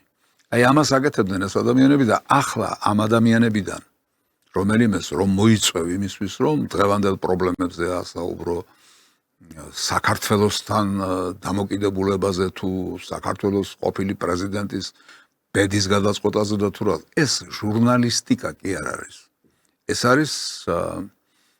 ეს არის დიდი დანაშაული, რომელსაც ჩადიხარ საკუთარი ხალხის წინაშე, იმიტომ რომ გაქვს ტრიბუნა, გაქვს მიკროფონი და ამ მიკროფონი და ამ ტრიბუნით წამლავ საზოგადოების გარკვეული ნაწილის ცნობიერებას. იმედია რომ ამნაირ ჟურნალისტებს და ამნაირ თახსირებს, როგორც ეს ვიღაცა პოდოლიაკია, ბევრი არ უსმენს საქართველოში და თუ უსმენს იმისთვის არა რომ მისი აზრი გაიზიაროს. იმედია, მაგრამ რაღაც ნაწილზე მაინც ცდილობენ გავლენის მოხდენას და აი ეს არის სწორედ ძალიან დიდი დანაშაული. ახლა რაც შეეხება ამ უკრაინას და რაც შეეხება იგივე ზელენსკის თემას, როგორ შეიძლება ეს ადამიანები ვინმე შკუას ასწავლიდნენ, მაშინ როდესაც ეს ყველაფერი რაც მოხდა უკრაინაში და რაც უკვე ჩამოვთვალე, რა დაემართა სახელმწიფოს, რა მოვიდა ხალხს და რა სანამდე მივიდა ქვეყანა, ხო? აი ამ მდგომარეობაში აღმოჩენილი ქვეყანა და ხალხი თურმე რატომ აღმოჩნდა ამ მდგომარეობაში? იმიტომ რომ რაღაც არნახული დონეა კორუფციისა. იქ ხომ ათასებით და მილიონებით არ იზომება თანხები. იქ თანხები იზომება მხოლოდ და მხოლოდ მილიარდებით, იმიტომ რომ რუსეთის წინააღმდეგ ოღონდ რამე ჩაიდინონ, ოღონდ რამეს გამოკრან ხელი და დასავლეთი იძლევა და იძლევა ამ თანხებს, ამერიკის შეერთებული შტატები და ევროკავშირი. უზარმაზარი თანხები შემოედინება უკრაინაში იმის გამო, რომ როგორმე რუსეთს ზიანი მიაყენონ. რა თქმა უნდა, ამ თანხების დიდი ნაწილი ეგრეთ წოდებული ატკატების სახით ისევ ამერიკასა და ევროკავშირში რჩება, მაგრამ ძალიან დიდი ნაწილი ხომ შემოდის ამ ასეულობით მილიარდებისა, რომლებსაც ისინი ურიცხავენ ამ ფაშისტებსა და ავაზაკებს. და ეს ფული სად მიდის? ხმარდება იმას, რისთვისაც ისედაც ბინძური საქმისთვის, რისთვისაც გამოიყოფა ამერიკიდან და ევროპიდან ეს თანხები. არა, ამათ ჯიბეებში ილექება და ეს კორუფცია ისეთ მასშტაბებს აღწევს, გასკდა ახლა უკვე, რომ იქ ალბათ მალე დამთავრდება ეს ყველაფერი და დამთავრდება სრული კრახით, აი ამ არამზადებისა და ვიგინდარებისა, რომელთა ერთ-ერთი წარმომადგენელი თქვენი ხილეთ. აი ერთი სიუჟეტი ამასთან დაკავშირებით. უკრაინაში კორუფციული სკანდალის გამოძიება ზელენსკის უახლოვდება, წერს Wall Street Journal-ის. კორუფციის შესახებ ბრალდებებმა უკრაინელები განარისხა, რომლებიც ომის დროინდელ სირთულეებს უძლებენ და ეს უკვე აშკარა საფრთხეს უქმნის ზელენსკის ლიდერობას. ნათქვამია სტადიაში. ომის განმავლობაში საშუალო და მუშათა კლასის მოქალაქეები სამხედრო დანაყოფებს დრონებისა და ავტომობილების შესაძენად თანხებს ძირავდნენ. ახლა ბევრს უჩნდება ეჭვი, რომ მათი ლიდერები საკუთარ გამდიდრებაზე ზრუნავდნენ, მაშინ როცა ღარიბი უკრაინელები მსხვერპლს იღებდნენ. საზღვარგარეთ ზელენსკისთვის საფრთხე არანაკლებ ცხადია. პრეზიდენტი ტრამპი უკვე ყოყმანობს უკრაინისთვის იარაღისა და სხვა დახმარების გაგზავნაზე. სხვა ამერიკულმა ოფიციალურმა პირებმა კი ეჭვქვეშ დააყენეს, თუ როგორ იყენებს კიევი ამერიკულ სახსრებს. ზელენსკის ადმინისტრაციაში კორუფციის ბრალდებები კი ზრდის რისკს, რომ ამერიკის შეერთებულმა შტატებმა დახმარების ონკანი გადაკეტოს. აი ასეთი ვითარებაა უკრაინაში შექმნილი და ხა თავად განსაჯეთ. შეგვიძლია თუ არა ამ გზით ვიაროთ, შეგვიძლია თუ არა გავიმეოროთ ის უზარმაზარი მომაკვდინებელი საკუთარი ქვეყნისთვის და ხალხისთვის შესვლომა, რომელიც უკრაინაში იქნა დაშვებული ჩვენც. გვაქვს ამის უფლება? რა თქმა უნდა, არა გვაქვს. ძალიან ძნელი აღმოჩნდა ჩვენ და სამწუხაროდ იმისი გაგება საქართველოში და არა მარტო საქართველოში. იმისი გაგება თუ რა მოხდა უკრაინაში და რატომ დატრიალდა აი ეს უბედურება. რა ჯოჯოხეთი მოიტანა რაღაცა დამოკიდებულებამ საგნებისა და მოვლენების მიმართ, რომელიც მარტივია გასაგებად, მაგრამ ჩვენთან ვერ იქნა და ვერ გაიგეს. მე ვნახე ერთი პატარა ვიდეო ჩანაწერი, ეს არის ქართველი ახალგაზრდა სიმპათიური და ჭკვიანი კაცი, კოტე ზარნაძე, რომელიც რამდენადაც ვიცი თუ არ მეშლება, არის ქართული ოსნების წარმომადგენელი, იმ გუნდშია, გარკვეულ თანამდებობაზეა, მგონი დეპუტატიც იყო რომელიღაც საკრებულოსი, თბილისის თუ არ ვცდები. არა აქვს ამას პრინციპული მნიშვნელობა, აი ქართველი სიმპათიური ახალგაზრდა კაცი წარმოდგება თქვენ წინაშე და სულ რამდენიმე წინადადებაში როგორ მარტივად და გასაგებად დაახასიათებს იმ სიტუაციას, რამაც უკრაინაში ეს ვითარება გამოიწვია. პატარა ხო არ არის 40 მილიონიანი უკრაინა, 40 მილიონი ცოტა არ არის და 120 მილიონია მე მგონი რუსეთის მოსახლეობის რაოდენობა. ანუ არ არის ხელწამოსაკრავი რაოდენობა, მაგრამ მე რო ხედავ უკრაინის ქალაქებს, მე რო ხედავ ციფრებს, მე რო ხედავ ბავშვებს და ასე შემდეგ. თქვენ წარმოგიდგენიათ ეს ქვეყანა ამ ომი ხო დასრულდება ადრე თუ გვიან. თქვენ წარმოგიდგენიათ ეს ხალხი რო ეხა მასში არიან ემოციაში დრაივი აქვს და სხვა თვითგადარჩენაზე ფიქრობენ იქ სხვა რაღაცა კომფორტი და საჭიროება აქ არავის არ აინტერესებს. იქ არის ხვალ გავიღვიძო. ისინი იცავენ სამშობლოს. ხვალ გავიღვიძო, ნეტა ხვალ გავიღვიძო ხო, მაგით იღვიძებს. სამშობლოს იცავს რა. იქ მაცხოვრებელი ადამიანები და რაც შეეხება ევროგაერთიანებებს, რაც შეეხება ნატოში გაერთიანებებს და ასე შემდეგ. მე პირდაპირ ვიძახი და ჩემი დავწერე კიდევაც რამდენიმე დღის წინ, რომ მე ნებისმიერი გაერთიანება, ნებისმიერი ქოლგა იქნება ის სამხედრო თუ ეკონომიკური, მჭირდება იმისათვის, რომ ჩემი ქვეყანა პირველ რიგში იყოს უსაფრთხოდ. მეორე რიგში განვითარდეს. მე თუ ამ რომელიმე გაერთიანებისკენ მიმავალ გზაზე მე თუ პრობლემები შემექმნება და პროცესში მე სანამ აი აქ ფინიშამდე მივალ, იქამდე დაიწყებს ჩემი ქვეყანა გრევას, მე ესეთი დასასრული ნამდვილად არ მინდა. ეხლა უკრაინაში ჩვენ ულამაზებთ რა, ჩვენი პოლიტიკოსები, ქართული პოლიტიკოსები ალამაზებენ ამ ნათქვამს. რეალობა არის ერთი და რეალობა არის ძალიან მარტივი დასანახი, რომ როგორც კი უკრაინამ დაიწყო სწრაფი ნაბიჯები ცვლა ნატოში გაწევრიანებისკენ, მაშინვე დაიწყო ომი უკრაინაში. ეს ყველამ ვიცით. ეს ხო დასამალი არ არის. რატო დაიწყო ომი უკრაინაში? მე ვიცი, თქვენც იცით, ყველამ ვიცით. იმიტომ რომ ამ გაერთიანებისკენ მიმავალ გზაზე რუსეთი არ გაუშვებდა, გამორიცხულია, ამ ხელა სახელმწიფოა. იქიდან ბალტიისპირეთის ქვეყნიდან უკვე ნატოს ჯარები ადგას და იმ დროს შევიდა ნატოში ეს ქვეყნები, როცა რუსეთი სუსტი იყო და შეასწრეს და ეხლა აქედან ნამდვილად არ დაიკეტავს სასუდ სივრცეს. და არ მოიქცევს თავს ალყაში. თან ეხა ეს ომი გაწერილია კაცო. 70 წლებში გაიწერა რომ ეს ომი იგივეა რა, იქ ერთ-ერთი მე მგონი ჯეფრი საქსი იძახდა რა, ერთ-ერთ გადაცემაში, რომ ამერიკის შეერთებული შტატები ხო ცუდია, უფრო კაია ვიდრე რუსეთია, ხო კაია, კი. აი კანადაში რომ დადგეს ჩინური ჯარი.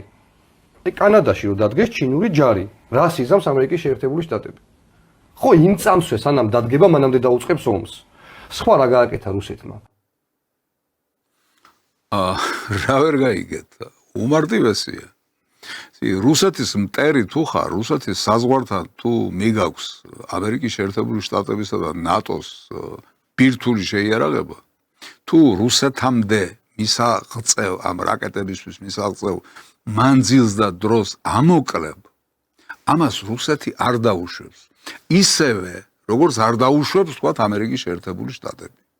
ზე სახელმწიფო მის საზღვრებთან, თუნდაც საზღვრის გადაღმა, რა ხდება, ამას ძალიან დიდ ნიშნულობას ანიჭებს და ძალიან დიდ ყურადღებას უთმობს, იმიტომ რომ უსაფრთხოებასთან არის ეს დაკავშირებული. და რა არის აქ გაუგებარი? უკრაინელებმა ნატოსკენ აკვიატებული სწრაფვით დაღუპეს საკუთარი თავი. ისევე როგორც ჩვენ დავღუპეთ საკუთარი თავი 2008 წელს, როდესაც ამერიკელების ბრძანებით, ამერიკელების დირექტივით, რჩევით, თუ გნებავთ, ჩვენ გავებით იმ უბედურებაში, რასაც ერქვა 2008 წლის აგვისტოს მოვლენების ცხინვალში. სააკაშვილის ხელით რაც დაატრიალეს მათ ეს ყველაფერი მიმართული იყო რუსეთის საწინააღმდეგოდ და შედეგი ვიცით რაც მოხდა ხომ? ახლა უკრაინაში ვხედავთ 1000-ჯერ უფრო დიდი მასშტაბით ამ შედეგებს. რა არის აქ გაუგებარი? ან რა არის აქ სირთულე? როგორ შეიძლება რომ ეს ადამიანმა ვერ გაიგოს, მაგრამ ვისაც არ უნდა გაგება, ალბათ იმიტომ ვერ იგებს და არ იგებს. აქ ოდნავ შევისვენოთ და ჩვენი ცნობილი რუბრიკა ფსიქიატრიის რენტგენი.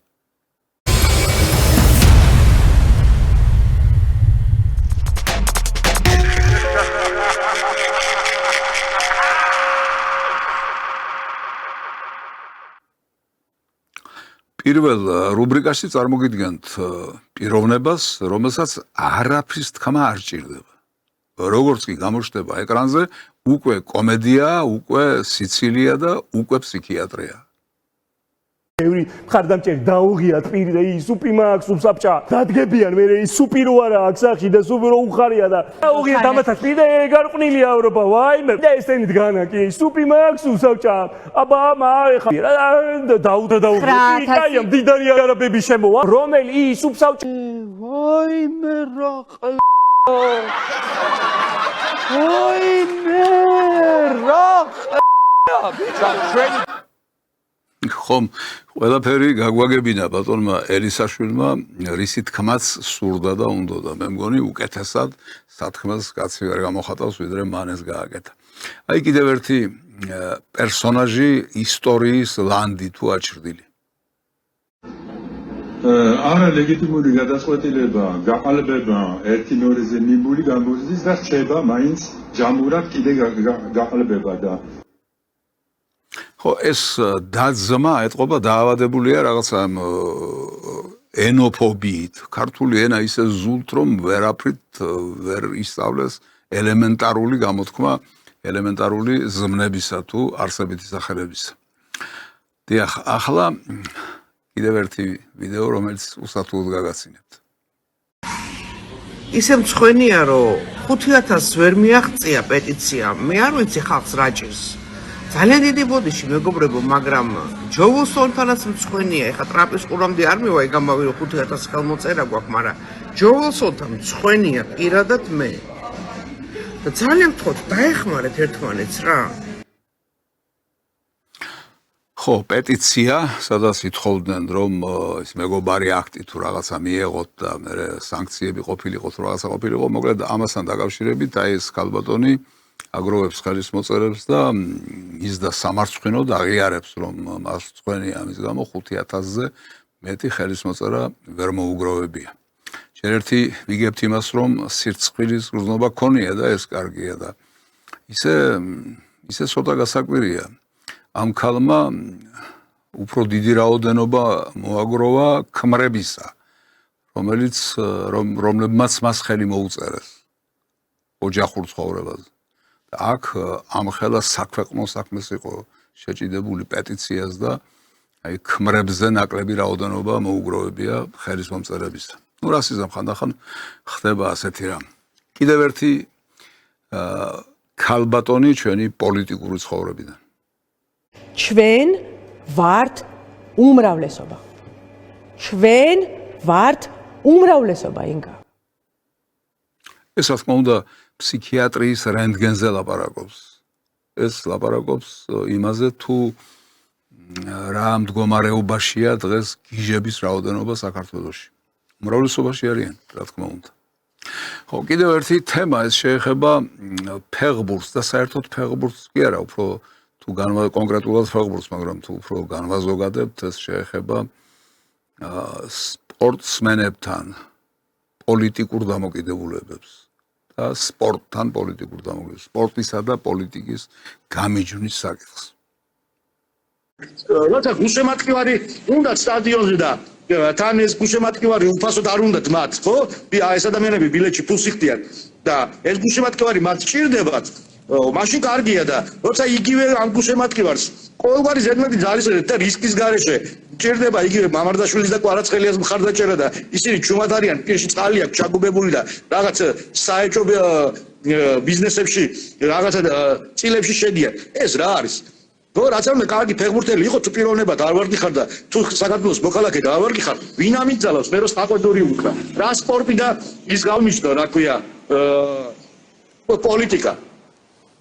ესე იგი რა გამოდის? მე თუ სამხედრო ვარ და სამშობლოს გულისთვის თავი უნდა გავწირო? ეხა ფეხბურთელი რო ხარ, კეთილი ინებე და ერთხელ მაინც თქვი რომ შენ სამშობლოს უჭირს. ნახდად გამოვლე, როდის მე და დაგმობენ იმას რა ყოფაშის დღესაა. არა, მე ეხლა და ამას მჭირდება თორე რა, როდესღაც რო გამოდენ და ასე ღარიბაშოს რო გაუჭირდა, შეიძლება აგერ მოგმართოს დახმარებისთვის კაცო. რო გაუჭირდება და რა ვიცი რა, მეტი რაგან უნდა გაუჭირდეთ, ერთი ფეხბურთის თამაში იციან და იმასაც ვერ თამაშობთ. აი ესეთია ეს დამოკიდებულება სპორტსმენებთან, ჩვენ სახელოვან სპორტსმენებთან, რომლებიც ხანდახან შეიძლება მარცხს განიცდიან, მაგრამ მთლიანობაში ძალიან საამაყო ბიჭები ყავს. დამოკიდებულება ასეთია, რაღაცა ვერაგული დამოკიდებულება, მომხმარებლური დამოკიდებულება, არაკაცური დამოკიდებულება და უსინდისო დამოკიდებულება. რეჟისორს ხო თამარ კვარაცხელიას ხომ არა აქვს რამე ამ თემასთან დაკავშირებით? გამოხმაურებები იყო ბევრნაირი, იყო რა თქმა უნდა გულდაწყვეტა რაც აბსოლუტურად ნორმალური და ადეკვატურია, იმიტომ რომ ყველას აქვს წყვა გული. იყო არაადეკვატური და ისიც ნორმალურია, იმიტომ რომ არაადეკვატური ნაწილიც არსებობს ჩვენი საზოგადოების და იცით რაც ქვიათ ამ არაადეკვატურ ნაწილს აკაცუკები და იყო ბუნებრივი აკაცუკების აკაცუკური გამოხდომები, ანუ რაც აბსოლუტურად ლოგიკურია, იმიტომ რომ აკაცუკს არ შეუძლია არა აკაცუკურად მოიქცეს, ანუ ის ყოველთვის იქცევა ისე, როგორც უნდა მოიქცეს აკაცუკი, ანუ არაადეკვატურად, შიზოფრენიულად, ისტერიულად, ზიზღით სავსედ და მოკლედ უნდა ანთხიოს ეს ზიზღი და ბოღმა, რომლითაც სავსეა. მოკლედ, მე ამ შემთხვევაში არ მიკვირს აკაცუკების აკაცუკური გამოხმაურებები. მე უფრო მიკვირს საზოგადოების მეორე და უდიდესი ნაწილის რეაქცია, რომ გაბრაზდნენ თუ ეწყინათ თუ კიდე გამოხმაურებები მოყვათ აკაცუკების აკაცუკურობას, იმიტომ რომ ანუ ხალხო ჩვენ ხო ვიცით ესენი რანაირებიც არიან და რა გვიკვირს, რატო ვბრაზდებით? ვაფშე რატო ვაქცევთ ყურადღებას? ანუ ჩვენ შეგვიძლია რომ ყურადღება არ მივაქციოთ. იმიტომ რომ არაადეკვატურები არიან და რატო ვაქცევთ ყურადღებას? აი ეგ ვერ გავიგე. კარგი, თამარ. ბოდის ვიხდი რომ მივაქცია ყურადღება. ალბათ არ უნდა მივაქცია ყურადღება, მართალი ხარ, იმიტომ რომ გიჟებს ზედმეტ ყურადღებას რო დაუთმობ, ამით ისინი ნორმალურები არ გახდებიან და ჩვენ შეიძლება გავგიჟდეთ ამდენი გიჟის მნახველი, რა თქმა უნდა. აქ დავამთავროთ ფსიქიატრიის რენტგენი და მოუბრუნდეთ ისევ კიმნეულ პრობლემებს და სერიოზულ პრობლემებს. ახლა თუ მიაქციეთ თქვენ ყურადღება დღეს, მე ძალიან კრიტიკული ვიყავი ქართული ოცნების მიმართ, მთავრობის მიმართ, ბიძინა ივანიშვილის მიმართ, მათი გარკვეული პოზიციების გამო. ძალიან კრიტიკული ვიყავი, მაგრამ არ ვიქნები მართალი, არ ვიქნები ბოლომდე მართალი.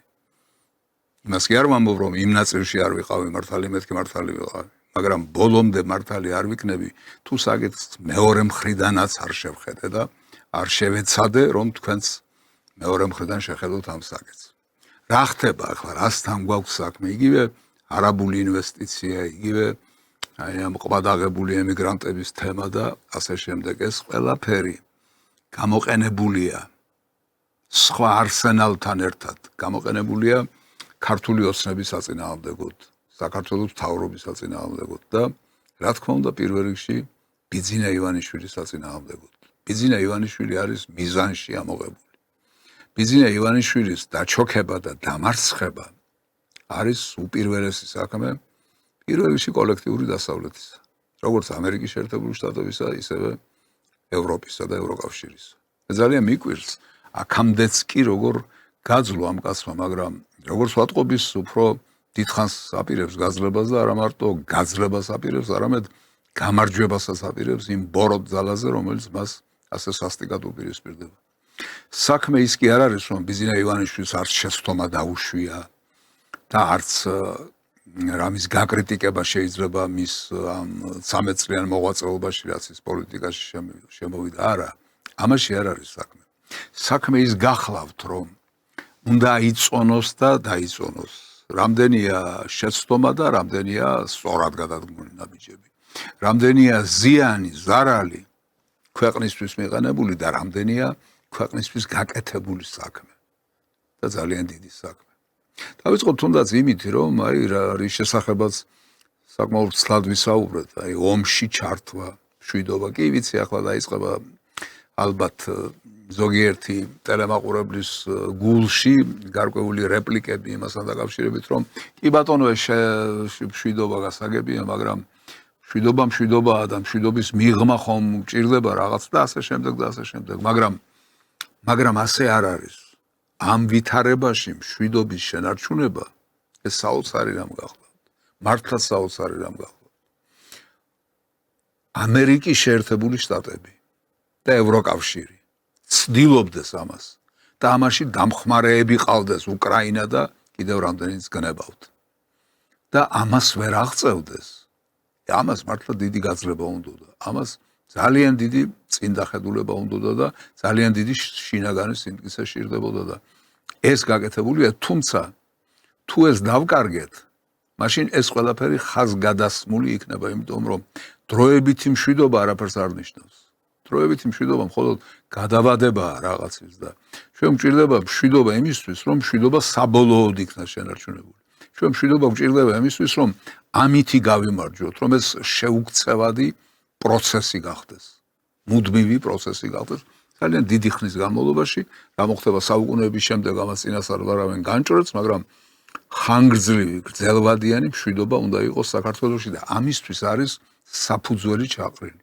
ეს არის გაკეთა, ამიტომ ებრძვიან ბიძინა ივანიშვილს. თქვენ გონიათ, სააკაშვილი და მისი ხროვა ებრძვის, ან ეს დასავლეთის მეხუთე კოლონა და ეს ასოები ებრძვიან? არა, მას ძალიან დიდი მტერი ყავს. უდიდესი ძალაა დღეს მისი მტერი, რომელიც ხანდახან არც ჩანს. მე კი ვამბობ, ამერიკის შეერთებული შტატები, ევროკავშირი. არა, მარტო ეს არ არის.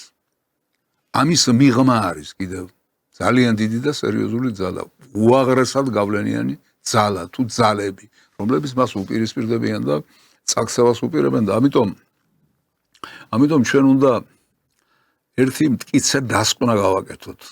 რამდენი შეცდომაც არ უნდა ვნახოთ ქართული ოცნების მიერ ამ წლების განმავლობაში გაკეთებულ საქმეებში, გადადგმულ ნაბიჯებში, ბიძინა ივანიშვილის მიერ გაკეთებულ საქმეში. რამდენი შეცდომაც არ უნდა ვნახოთ. მიუხედავად ამისა, ჩვენ არასოდეს არ უნდა გავცვალოთ არც ბიძინა ივანიშვილი და არც ქართული ოცნება იმ ძალაში, რომელიც საპირწონეა დღეს. აი ეს პატარა მოჭყლოპინე, მოჟღურტულე, ეგრეთ წოდებული პოლიტიკური პარტიები რომ არის, სინამდვილეში ისინი არაფერი პოლიტიკური პარტიები არ არიან. ისინი ეპოქის ჭუჭყია, ასე ვთქვათ, რომელიც ხან იქით მიეტმასნება, ხან აქეთ მოეტმასნება, ხან იქით ეძებს ფულს, ხან აქეთ ეძებს ფულს. ისინი ახლა გროვდებიან ამ სააკაშვილის ბინძური ხროვის ირგვლივ. გროვდებიან და იყენებენ სწორედ აი ამ საბუთებს, ამ არგუმენტებს, რომელიც მე მიმოვიხილე და მიმოვიხილე კრიტიკულად. მაგრამ ეს კრიტიკა იმას კი არ ნიშნავს, რომ ამის გამო გავიქცეთ და აი მათ დაძახებულზე ვიაროთ. გავიქცეთ და სააკაშვილის მომხრეებს დაუჭიროთ მხარი. ეს ამას კი არ ნიშნავს, ეს იმას ნიშნავს, რომ ეს ყველაფერი გავიაზროთ. ეს ყველაფერი უთხრათ, პირუთვნელად, როგორც მე ვაკეთებ ამას, ვცდილობ რომ გავაკეთო დღეს, თუნდაც ამ გადაცემაში. აი ასე უნდა გავაკეთოთ, მაგრამ ჩვენ ეს ძალა კი არ უნდა გავცვალოთ სხვაში, არამედ ამ ძალის განმტკიცებას უნდა შევეცადოთ, იმიტომ რომ ის ძალებია ჯერ დასათრგუნი, ის ძალებია ჯერ მოსაშორებელი ქართული პოლიტიკური ცხოვრებიდან და საზოგადოებრივი ასპარეზიდან. ვიდრე ამ ძალებს არ მოვიშორებთ, არ შეიძლება ჩვენ დაუპირისპირდეთ იმ ძალას, რომელიც ყველაფერს აკეთებს იმისთვის, ყოველ შემთხვევაში ამ ბოლო პერიოდში, რომ ეს ძალები როგორმე მოაშოროს საქართველოს, აი ეს სისხლის მსმელი წურბელები, აი ეს მტრის პირდაპირი მოციქულები, აგენტები, აჩრდილები, რაც გნებავთ ის დაარქვით, ეს უსაზიზღრესი ძალა. ამიტომ მე იმას კი არ ვამბობ, რომ ქართული ოცნების იქით არ გავიხედოთ არასოდეს, მეთქი რა თქმა უნდა საქართველოში ჩამოყალიბდეს პოლიტიკური ძალა, პოლიტიკური ორგანიზაცია, რომელიც ღირსეული ოპონენტი იქნება, რომელიც ყველა იმ საკითხს, არა მარტო იმას, რის შესახებაც მე დღეს ვისაუბრე თქვენს წინაშე, არამედ საერთოდ ქვეყნის წინაშე მდგარ ყველა პრობლემას გამოიტანს წინაპლანზე და ყველა პრობლემის, მარტო პრობლემას კი არ გამოიტანს, პრობლემის გადაჭრის გზებსაც გამოიტანს, ხედვებს გამოიტანს და თქვენ შემოგთავაზებთ, აი ჩვენ ასეთი ხედვა გვაქვს, ჩვენ ასე ვფიქრობთ ამ პრობლემათა მოგვარებას, რომ აი ასეთი პოლიტიკური ორგანიზაცია უნდა ჩამოყალიბდეს. თორემ დღეს არსებულ პოლიტიკურ ძალებს შორის ვეძებოთ ჩვენ ის, რომლის გამოყენებითაც ჩავანაცვლებთ დღეს არსებულ მმართველ პარტიას და მთავრობას, ეს სრული აბსურდია. ეს უკანსვლა კი არ არის, ეს უფსკრულში პირდაპირი გადაჭეხვაა. ამისი გააზრების გარეშე პოლიტიკურ ცხოვრებაში ერთი ნაბიჯის გადადგმის უფლება არ აქვს. იმიტომ რომ ჩვენ იმდენი შეცდომა დავუშვით ამ 35-40 წლის განმავლობაში, რომ ახლა კიდევ სერიოზული შეცდომის დაშვების შემდეგ მდგომარეობა შეიძლება კატასტროფული აღმოჩნდეს. ახლა ამ ბიძინა ივანიშვილთან რომ ლაპარაკობ, ლიტონის სიტყვები რომ არ გამომივიდეს ეს, თუმცა რატომ ლიტონის სიტყვები თქვენ თვითონ ხედავთ ამას თუ რა მდგომარეობაში აყენებენ ამ კაცს და როგორ ებრძვიან, როგორ შინ, ასევე გარეთ და ის ძალებიც კი, რომლებიც ჩვენ ჯერ არც ვიცით და ვერც წარმოგვიდგენია. მის ირგვლივ დიდი დაპირისპირებაა დღეს, შიგნითაც და გარეთაც. ამიტომ მაინც ამისი საილუსტრაციოდ მინდა მოგასმენინოთ ერთი ფრაგმენტი მისი ადვოკატის გუშინდელი განცხადებიდან. ბიძინა ივანიშვილის მიმართ განხორციელებული ავაზაკური რეკეტი არის უპრეცედენტო და პოლიტიკური დევნისთვის ფინანსური ბერკეტის გამოყენების კლასიკური მაგალითი. მარტივად გადაიბირეს კონკრეტული პირი კრედიტ სუისში მომუშავე პერსონალური ბანკირი პატრის ლესკუდრონი, რომლის ხელით გაძარცვეს ბატონი ივანიშვილის ანგარიშები. წლების შემდეგ კი ეს პიროვნება ტყეში ხეზე ჩამოგიდებული იპოვნეს, ხოლო ფაქტს თვითმკვლელობის კვალიფიკაცია მიანიჭეს და საქმეც დაიხურა. სპეცსამსახურებმა საქმე იქამდე მიიყვანეს, რომ ბიძინა ივანიშვილთან პოლიტიკური დევნის პროცესში მთლიანად ჩამოანგრიეს შვეიცარიის საბანკო სისტემის პრესტიჟი, ხოლო ერთ დროს მსოფლიოში ნომერ პირველი ბანკი კრედიტ სუისი გაკოტრებამდე მიიყვანეს. ჩვენ მიერ წარმოებული სამართლებრივი დავები 10 წელზე მეტია გრძელდება. უნდა აღინიშნოს, რომ საქმე მისი შინაარსიდან გამომდინარე უპრეცედენტოდ მარტივია. ხელის გულზე დევს მთელი სისტემის მხრიდან ერთი ადამიანის მიზანმიმართული დაყაჩაღების სქემა. ჩვენ მოვახერხეთ და სინგაპურში წარმოებული დავა გამარჯვებით დავასრულეთ. ასევე გავიმარჯვეთ ბერმუდაზე 2 ინსტანციის სასამართლოში და ახლა სწორედ მესამე და უმაღლესი ინსტანცია გამოაცხადებს გადაწყვეტილებას ამ საქმეზე. აი ასეთი გახლავთ ეს განცხადება უფრო ვრცელი იყო, მე მოკლე ფრაგმენტებს გიჩვენებთ, რომელიც დამაჯერებლად მოიტანს თქვენამდე იმ პათოს, იმ სულისკვეთებას, რაც არის ამ საქმესთან დაკავშირებით. თქვენ მოგეხსენებათ, რომ ძალიან დიდი კაპიტალის წართმევა დაუპირეს მას და განახორციელეს კიდეც ეს ამბავი 1000 გვარი შულერობით, 1000 გვარი მამაძაღლობით, ყველაფერი იკადრეს, რათა მისთვის ფრთები შეეკვეცათ. და ახლა აგერ კიდევ ერთი სასამართლოა, რომელშიც როგორც ამბობენ და როგორც ირწმუნება ადვოკატი, გამარჯვება გარდაუვალია, მაგრამ ნახეთ რა ხდება და რასთან გვაქვს საქმე, რომ აი ეს კაპიტალი სასამართლოში გამარჯვების შემთხვევაშიც შეიძლება ივანიშვილისთვის ხელმისაწვდომი არ იყოს. ანუ კაპიტალს მაინც აართმევენ, მიუხედავად იმისა, რა გადაწყვეტილებას მიიღებს სასამართლო. ხედავთ რასთან გვაქვს საქმე, ესე იგი ნებადართული და ნებადაურთველი აკრძალული ილეთებით და წესებით ბრძოლა ღიად გამოცხადებულა და სად? აი სანეტარო დასავლეთში, სადაც კანონი არის ყველაფერი, სასამართლო არის უმაღლესი ინსტანცია და ასე შემდეგ და არ არის ასე ჩვენ და სამწუხაროდ ეს ყველაფერი მითია ამ დასავლეთზე შეწყვეტილი, რომლითაც აბრუებდნენ საბჭოთა კავშირის პერიოდშიც და მის დანგრევის შემდეგაც მთელ თაობებს და გააბრუეს კიდეც ის საბოლოოდ, რომ ზოგიერთი ვერ გამოდის აქედან საერთოდ. მაგრამ აქ მინდა კიდევ ადვოკატის ერთი პატარა რეპლიკა მოგასმენიოთ, ძალიან საინტერესო რეპლიკაა ეს. ბიძინა ივანიშვილმა ზუსტად იცის, რომ რა შედეგებითაც უნდა დასრულდეს სასამართლო და სავარაუდოდ 2 ინსტანციის კვალდაკვალ მესამე ინსტანციაშიც გავიმარჯვებთ, ამ თანხების დაბრუნება არ მოხდება. ბატონი ივანიშვილი და მისი ოჯახი ამ თანხების გარეშეც აგრძელებს ერთი მხრივ ჩვენი ქვეყნის მშვიდობისა და ეკონომიკური სტაბილურობის დაცვას, მეორე მხრივ კი საქველმოქმედო საქმიანობას. აი ამ პირველ ნაწილზე მე უკვე თქვი, ესე იგი როგორც არ უნდა გადაწყდეს სასამართლოზე საკითხი, წვდომა შესაძლებელია მაინც არ ქონდეს ბიძინა ივანიშვილს ამ კაპიტალთან. მაგრამ მეორე ნაწილი, ესე იგი ბიძინა ივანიშვილი მიუხედავად იმისა, ეს კაპიტალი მის განკარგულებაში აღმოჩნდება თუ არა, მისივე კაპიტალი.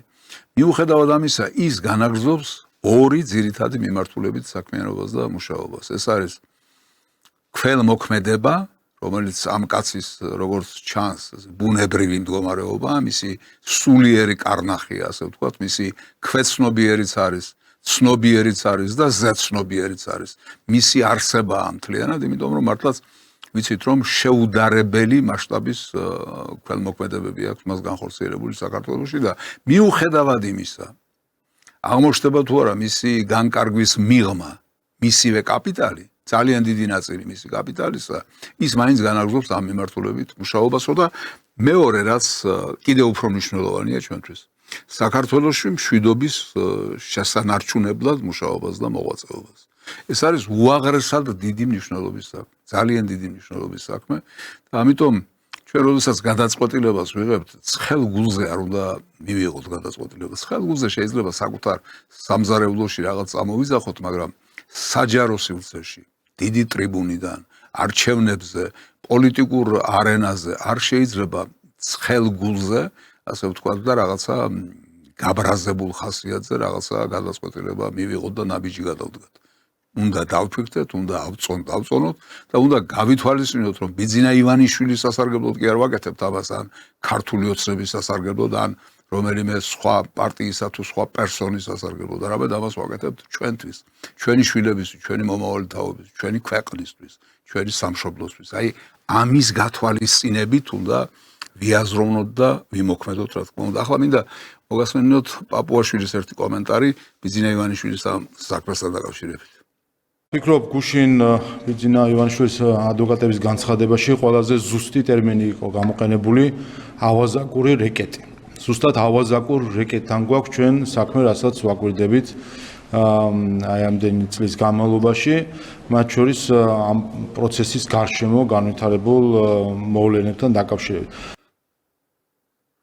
კეთილი და პატიოსანი, მაგრამ ბატონო შალვა, თუ კი იცით რომ ესენი, აი ეს დასავლეთზეა ხომ ლაპარაკი, თქვენ ახლა რაღაც ვიწრო წრეზე ხომ ლაპარაკობთ, მთლიანად დასავლეთზე ლაპარაკობთ. გნებავთ ეს თქვენ თუ არ გნებავთ? თქვენ შეიძლება ვიწრო წრე იგულისხმოთ, მაგრამ ჩვენ უფლება გვაქვს მაშინ მთელი დასავლეთი მოვიაზროთ და ვიგულისხმოთ და თუ კი ამას ხედავთ რომ ისინი რეკეტიორები არიან, ყაჩაღები არიან, ავაზაკები არიან, როგორც თქვენ თქვით და მძარცველები არიან. ასეთ შემთხვევაში ერთხელ და სამუდამოდ უნდა დავადგეთ გზას. თქვენი ნათქვამის შესაბამის გზას.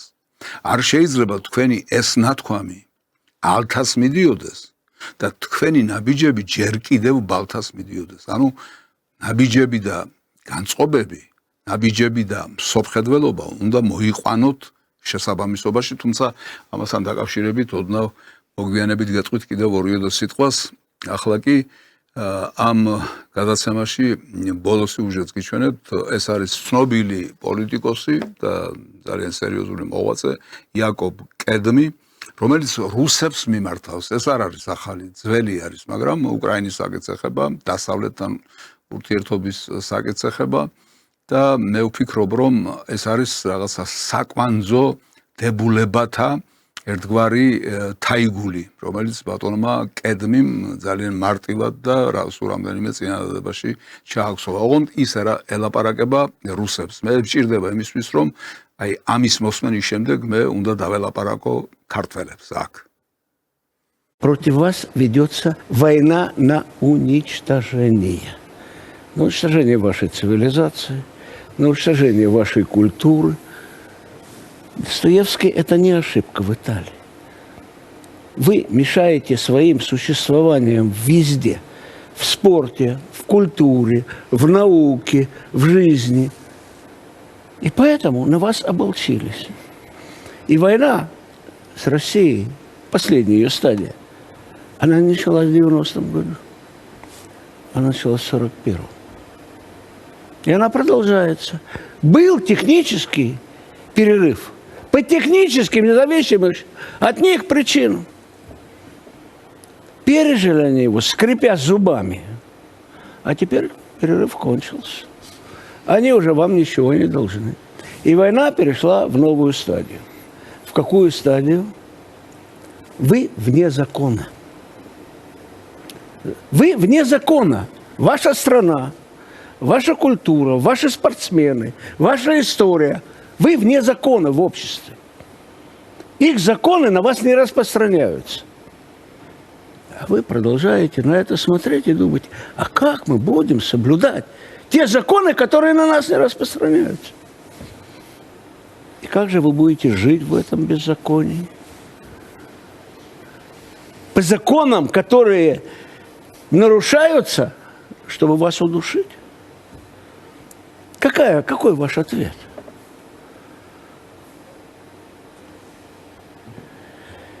Если законы на вас не распространяются, так они и для вас, для вас вы их не обязаны соблюдать. Никакие их законы вы не обязаны соблюдать. Соединенные Штаты не соблюдают ни одни законы, кроме американских. Правильно? Только американские. А вы что? Для вас должны существовать только ваши законы. Законы ваших врагов, которые хотят вас уничтожить, для вас не должны существовать. И тогда делайте то, что вы считаете необходимым и нужным для вашего выживания, самосохранения в этом мире беззакония. А не пытаться выжить по их законам. Они же направлены для того, чтобы вас изжить. Такова ситуация сегодня. Она была и вчера, только ее затушевывали. Она была и позавчера. Вы не хотели ее видеть. Но теперь вам показали. თქვენ თუ დააგვირდით, რა სახეებით უსმენენ ეს რუსი ტელეპერსონაჟები ბატონ კედმის ამ მიმართვას. გაოგნებული სახეებით, იმიტომ რომ კაკალ გულში მოარტყა. იმიტომ რომ მათ უთხრა ის, რაც საჯაროდ მათთვის ჯერ არ უთქვამთ. რუსეთი მიუხედავად იმისა, რომ ყველა მხრიდან გამოუთხარეს ძირი და ლამის ბირთვული რაკეტები ესროლონ და დაუშინონ. მიუხედავად ამისა, დასავლური ხიბლიდან დღემდე ვერ თავისუფლდება. დასავლური ცნობიერების მიჯაჭულობისგან დღემდე ვერ თავისუფლდება. მათ და სამწუხაროდ. აი ეს უთხრა იაკობ კედმიმ რუსებს და უთხრა საჯარო სივრცეში. ახლა მინდა გავიხსენო ამ გადაცემის სათაური, შეგახსენოთ. არაბული ინვესტიცია, ემიგრანტები და კიდევ ერთი რამ. არაბულ ინვესტიციაზე ჩვენ ვისაუბრეთ, ემიგრაციაზე შეძლებს დაგვარად ვისაუბრეთ და დადგა ის დრო, როდესაც უნდა გითხრათ ის კიდევ ერთი რამ. აქ მინდა მივმართო ბიზინა ივანიშვილს და ქართულ ოცნებას. ის რაც კედმიმ რუსებს უთხრა, ჩვენს გვეხება, ქართველებს და საქართველოს. ეს არის დასავლეთის ომი ჩვენს წინააღმდეგ, ჩვენი კულტურის, ჩვენი სულის, ჩვენი მართლმადიდებელი მრწამსის გამო. აი ამისთვის გვებრძვიან და გვიპირისპირდებიან ჩვენ, რომ ეს ყველაფერი, რაც ჩვენ გაგვაჩნია, მათთვის არის მიუღებელი. დასავლეთის ვერაგმა ძალამ რუსეთი და საქართველო გააერთიანა. მათ როგორც რუსეთის მოსპობა სურთ, ასევე სურთ საქართველოს განადგურება. იმიტომ რომ იციან მართლმადიდებელი რუსეთი და მართლმადიდებელი საქართველო ბუნებრივად არიან სტრატეგიული მოკავშირეები. ამიტომ თქვენი მთავარი შეცდომა ივანიშვილს და ქართულ ოცნებას მიმართავ. თქვენი მთავარი შეცდომა არც არაბული ინვესტიციაა და არც ემიგრანტებთან ცოტა ზერელე დამოკიდებულება. თქვენი მთავარი, მე ვიტყოდი, მომაკვდინებელი შეცდომა ისაა, რომ რუსეთთან არ მიდიხართ, არ ელაპარაკებით. საერთო ენას არ გამონახავთ და ინტერესთა ჰარმონიზების გზებს არ ეძებთ. აი ეს არის უდიდესი, როგორც გითხარით, მომაკვდინებელი შეცდომა. აანთეთ სანთელი. გადაიწერეთ პირჯვარი და თქვით. შენ გესავ უფალო. ნურც შევრცხვენილ ვარ ნურასოდეს. იყავი ჩემთვის კლდოვანი თავშესაფარი, რომ მოვდიოდე შენთან მარადჟამს. გაეცი ბრძანება ჩემ საშველად, რადგან ჩემი ბურჯი და ჩემი სიმაგრე ხარ.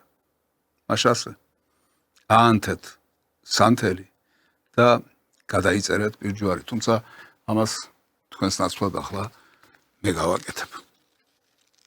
იმიტომ რომ ეს არის ერთადერთი და სწორი გზა.